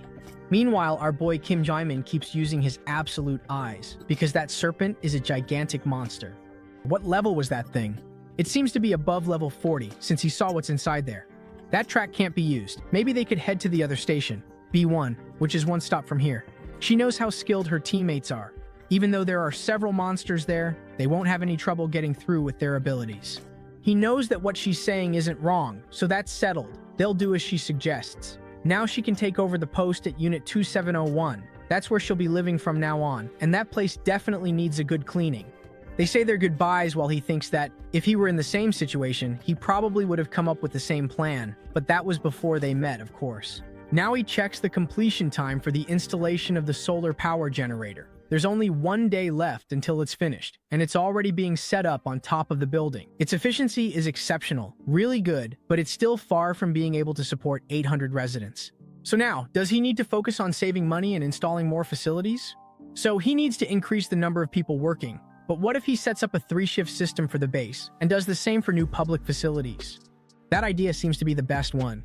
Alright, so he gets started. The hunt continues. Sometime later, they've already gone out hunting and are doing everything all over again, running from various monsters. But this time the monsters are much faster. Since they won't be able to escape, they turn around to fight back. Those monsters are really fast because they're flying creatures, giant bats. They shoot several arrows at them with special tips, and the arrows pierce right through those bats. That subway line ends up covered with dead giant bats. The girl with the bow asks if anyone got hurt, but everyone is fine. The only thing that worries this girl is the snake that Hyman mentioned earlier. Can they really defeat that monster? The girl with the bow tells her to relax after all. He can summon them when things really get dark, so there's nothing to worry about. Yeah, it seems like they don't need to be so anxious. They decide to continue the mission. Next stop, Seongmyeon Station. The scene there is terrifying. All they see are several dead orcs, but unfortunately, they have to endure a little longer and keep going deeper and deeper. Now he comes face to face with a monster, and fear begins to corrupt his body. Everyone remains motionless, but I don't know for how long. That enormous serpent stares at the three of them, and the guy starts trembling with fear. Then another one starts shouting, asking how they could possibly kill a monster that size, while the snake watches, trying to decide which one to eat first. The guy hugs the girl, telling everyone to get down, and quickly everyone crouches. The whole station starts shaking, as if everything is about to collapse. Then it stops, and they start wondering what's going on, and out of nowhere, a notification appears. Mission assigned to the group of Hadong, Il-hoon, and Jun: hunt the giant snake. But he can't believe it. How could anyone in the world hunt a giant monster like that? Some rocks had fallen onto the snake's body and it was still moving, and he keeps wondering why this monster is acting like that. Then it starts to rise up. The bear girl still hasn't activated her transformation, and while he doesn't know what's going on, all he can do is take advantage of the brief opportunity. He strikes with all his strength, thrusting a spear into the middle of the snake's head. This is a giant snake capable of swallowing its prey whole, but doing that isn't an easy task because it's a living organism. When something enters its stomach after all, the snake would be in great danger while its prey attempts its fatal struggle. For this reason, they use venom to completely defeat their prey, or coil around their bodies to crush them into pieces. However, this only works for prey of a certain large size, not for a rat, which is a much smaller organism. Now I understand what's happening. That rat from before jumped inside her body, and no one could have imagined what kind of consequences that would bring. While our boy has his storage open, he has two abilities he can use. He starts making gas appear inside her stomach, and the stomach begins to swell up a lot. It looks like it's going to explode, and then he summons several burning tissues, a perfect combination for a beautiful explosion. That giant snake that tormented everyone in that subway now explodes completely. The snake died, but so did the rat, and the girl can feel it when one of her creatures dies as well. She says she's fine, but was just a little surprised by his battle tactics. And yeah, it seems like it was a great plan. He keeps using the eye of the absolute ruler. That team in the subway still doesn't understand what's going on. But there's one thing he knows. It has to be the vassals who kill that snake. That way, they can get 6 times the experience and gold split. That mission was assigned to those two teams. The guy decides to take advantage of another opportunity and lands another precise blow right on the head of that giant serpent, and it starts to growl. The bear girl runs in, activating her monstrous transformation, getting ready to use her claws, and once she's fully transformed, she starts slicing right through the snake's neck. Meanwhile, explosions keep going off inside its body. She didn't keep her transformation active for even 2 minutes, and that snake, which was already pretty weakened, is now done for. All she does now is watch that giant body fall.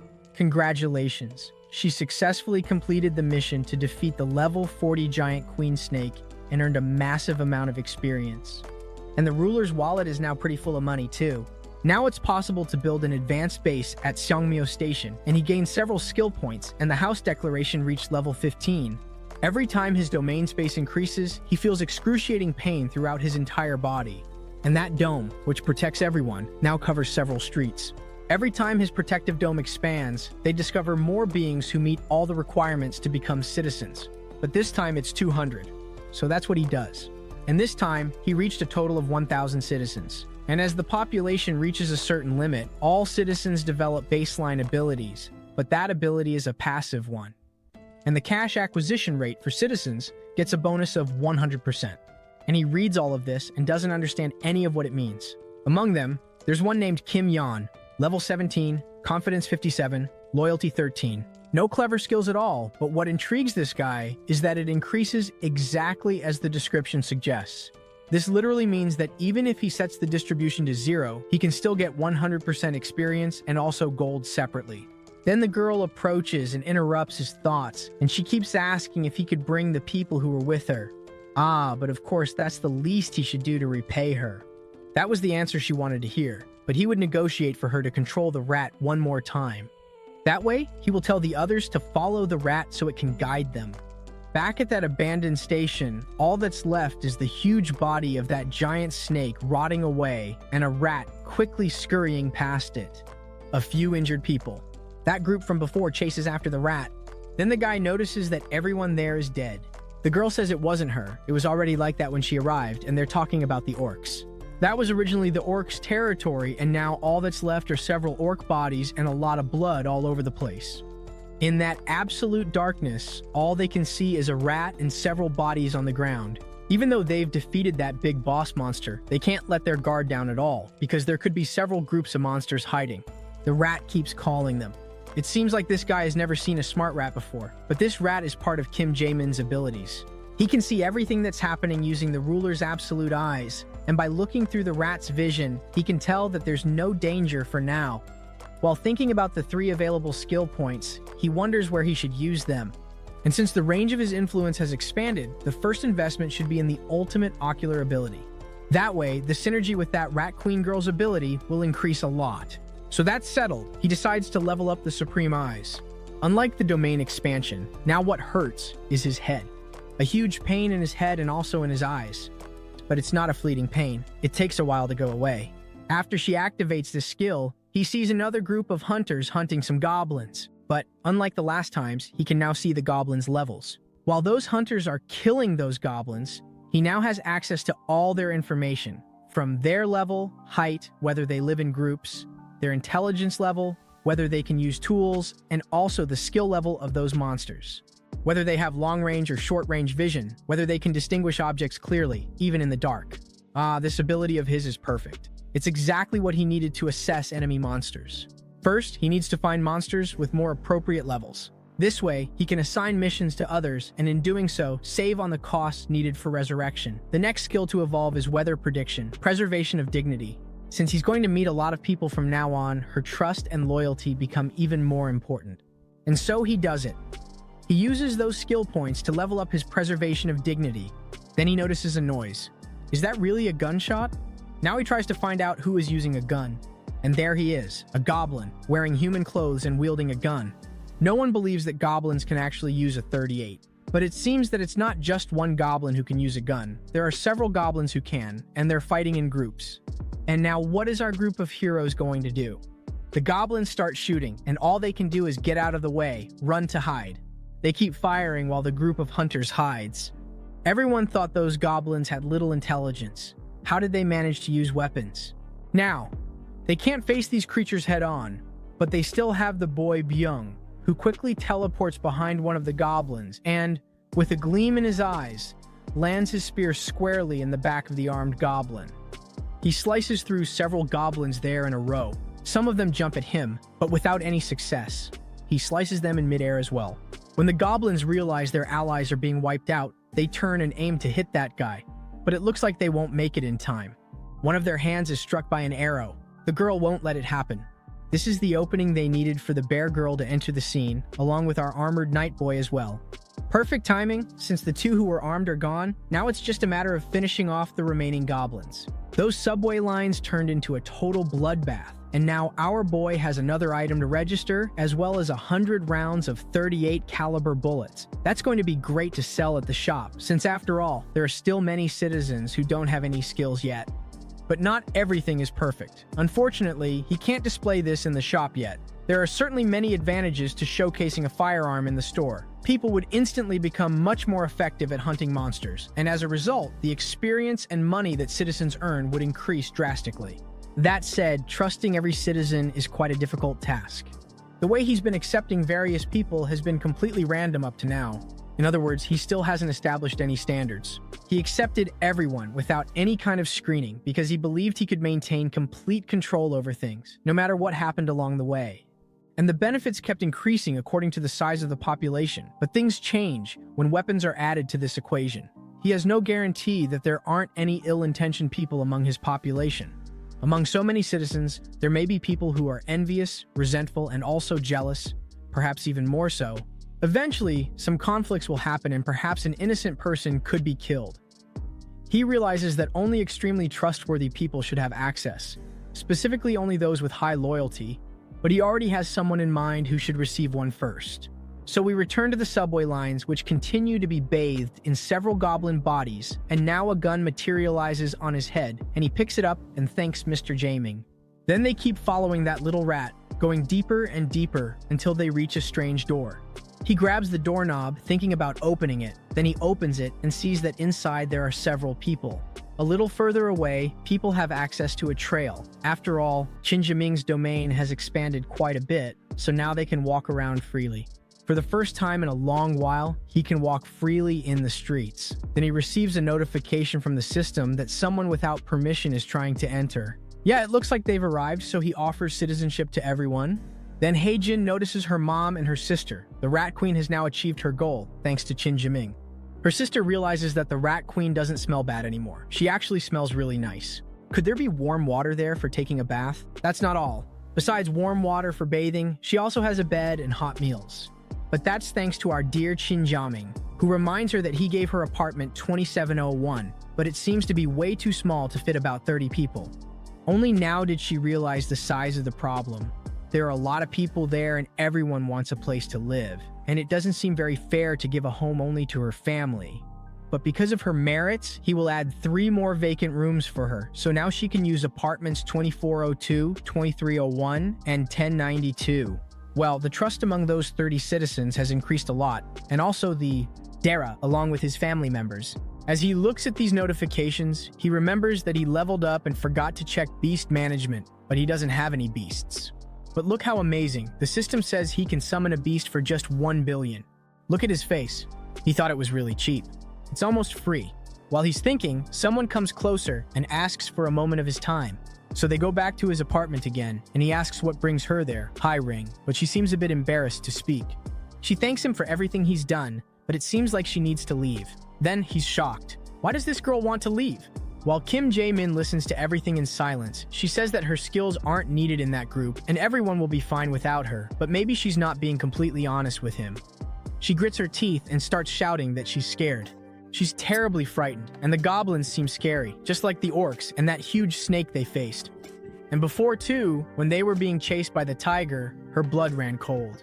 She starts crying a lot and apologizes, even though he saved her several times, but she still feels like a complete useless person and won't be able to live up to his expectations. She had been thinking about this for a while. When they managed to rescue Moonbyung's grandmother, and also when they were exterminating the orcs and in the fight against the red tiger, these were all missions that put lives at risk, and frankly, she didn't have much to offer to help the team. Jaemin thinks that there's no blame in that. After all, the poisonous mist ability is quite dangerous, and if not handled properly, it can harm your allies, so it's difficult to use. But she risked her life too, and must have felt terrible seeing the results she got. While she continues sobbing, Kim Jae-min thinks that right now they're short on manpower, that it's a good thing they're on the 21st floor. She's trying to handle everything on her own and seems exhausted.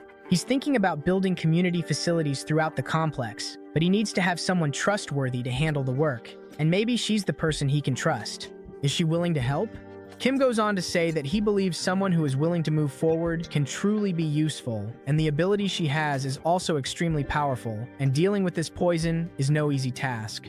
It's certain that the time will come to use it one day, so if it's hard for her to be out in the field right now, maybe she can work internally for the time being. That way, when the time comes, they can use her ability as if it were an ultimate move. He then bows, once again asking for her help. It seems that now she can see hope.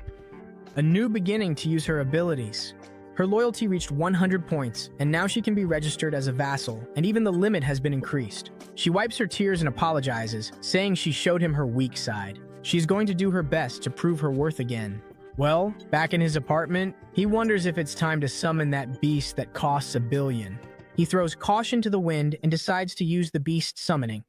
Well, there goes $1 billion.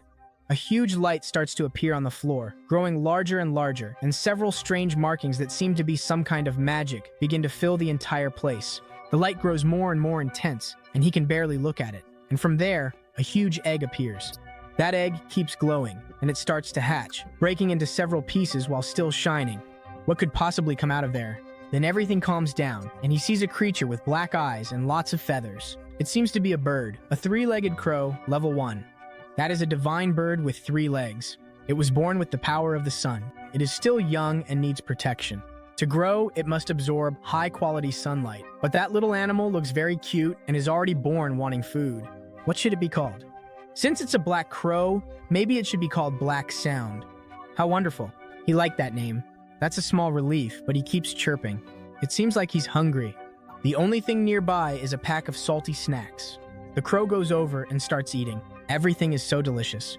Now that he's full, he flops down with a full belly, and this bird is really carefree. Then he gets a notification that the generator's efficiency has reached 100%. That solar power generator produces between 80,000 and 100,000 daily, with a 100% bonus depending on the amount of sunlight collected, and the surplus energy is credited to the reclusive ruler's account. Wow, so that means he still hasn't built solar generators on the 10 new buildings. Almost all of his money was used up. It seemed like a waste, 130 million on a facility that only became profitable after a year. But with this, everything changes completely. The level of the 3-legged crow increased, the generator's efficiency rose by 100%, and now he has an annual return of 90 million. The efficiency of the solar generators has tripled. Now all he has to do is build more solar generators on the 10 buildings, so that's what he does. Within a day, the new generator constructions will be completed. Now he decides to visit apartment 3001. He calls the company, saying that it's Kim Jae-min. Choi opens the door, surprised by Kim's visit, but Kim gets straight to the point. He would like to entrust the money to him. Unfortunately, what he said became inaudible, but Choi was terrified, and Jaemin paused for a moment to think about the tax collection ability and concluded that if he entrusts money to a citizen, he can turn that money into an investment, but it needs to be someone with very high loyalty. Although there is a 10% fee on the initial grant, it generates a 10% profit margin every month. Ah, that's a great rate. So the best person he has to entrust this money to is Choi, who has an incredible loyalty of 98 and a trust level of 89. He remains shocked to see that 1 billion credited to his account, and the basic cost fee is 30,000. His trust with Choi has reached the maximum level of 100, as has his loyalty. Even in disbelief, Choi still asks if he just wants him to hold on to the money. He had already planned this, but he didn't expect the loyalty to reach 100 points. And if he wants to use part of the money, he can. So that's settled. Choi will do as agreed and keep the money safe. Now let's move on to the next topic. The girl is asking him if she can really choose freely. He says yes. She, Dabin, and Hyling can go ahead and form a great team. Since she is the team leader, her weekly payment will be doubled. That girl can already see all the money coming into her account. And look, her loyalty just went up. She thanks him, saying she'll do her best, and quickly disappears to make the delivery as fast as possible. Now, it was time to make the tougher decisions. Let's move on to 2109. Everyone there worked hard, and all 5 of them are safe thanks to that giant serpent that was at Seoul-myeong Station. The area around it has become a monster-free zone, and there are no more monsters on the underground subway tracks. And since there's no threat there, this is their chance. Before the monsters invade, they need to act first.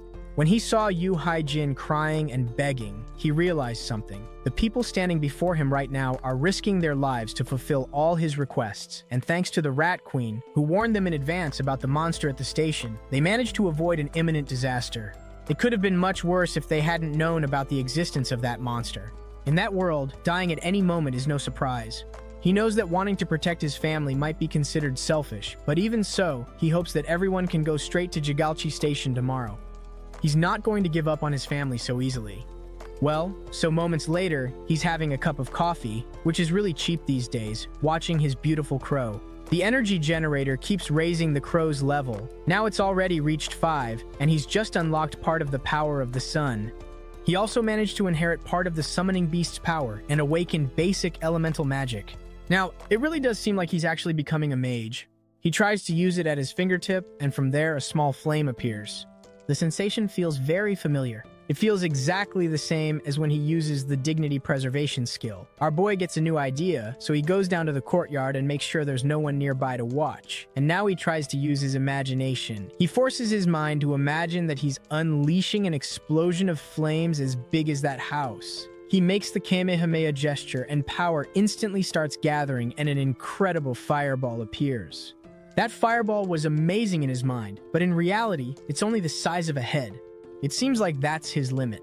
Honestly, it doesn't really seem like such an amazing or extraordinary ability at first glance, but if it's combined with gas summoning and then further boosted with dignity preservation, it could potentially become something like a bomb. Unfortunately, that particular ability is still at a rather low level, but its potential in the end might in fact ultimately be quite limited, at least for now. But he knows that little Crow, Black, will keep growing.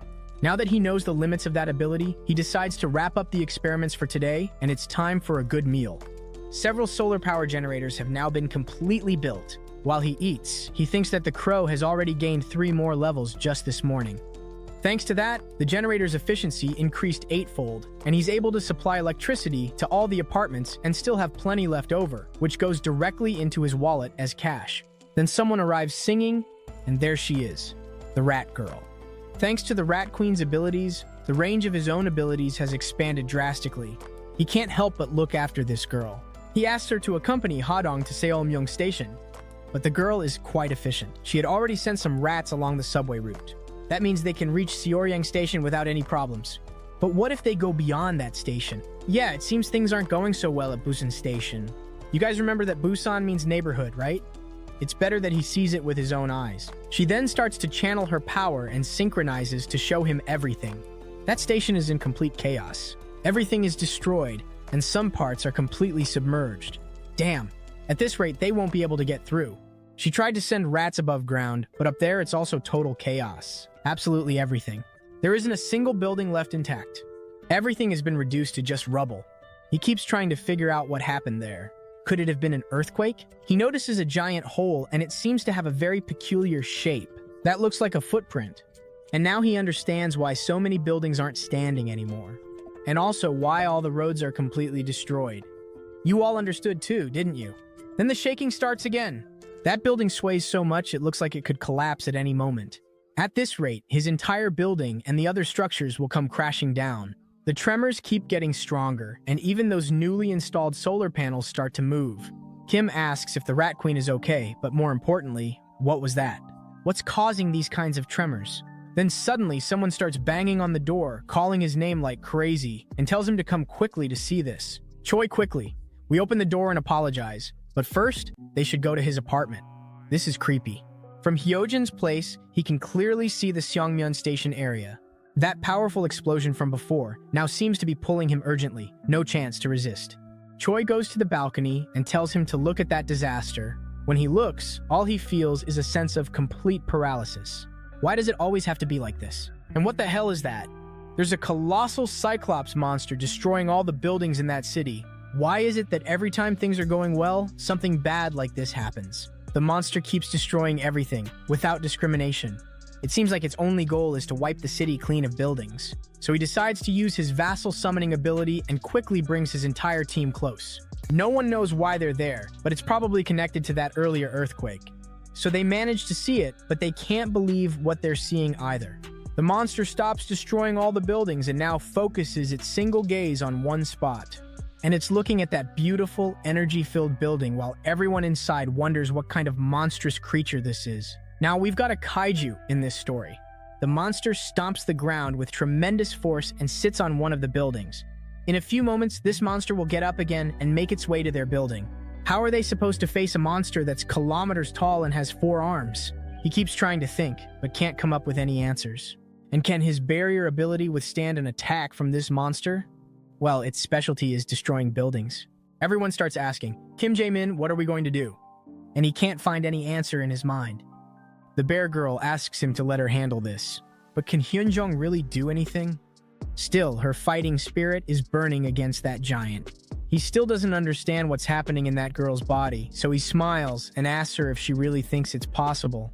And she says that if it's impossible, she'll make it possible. Alright then. Now he issues a mission. Hunt down a giant cyclops. Time limit, 24 hours. Reward, resurrection of the sun for 1 day.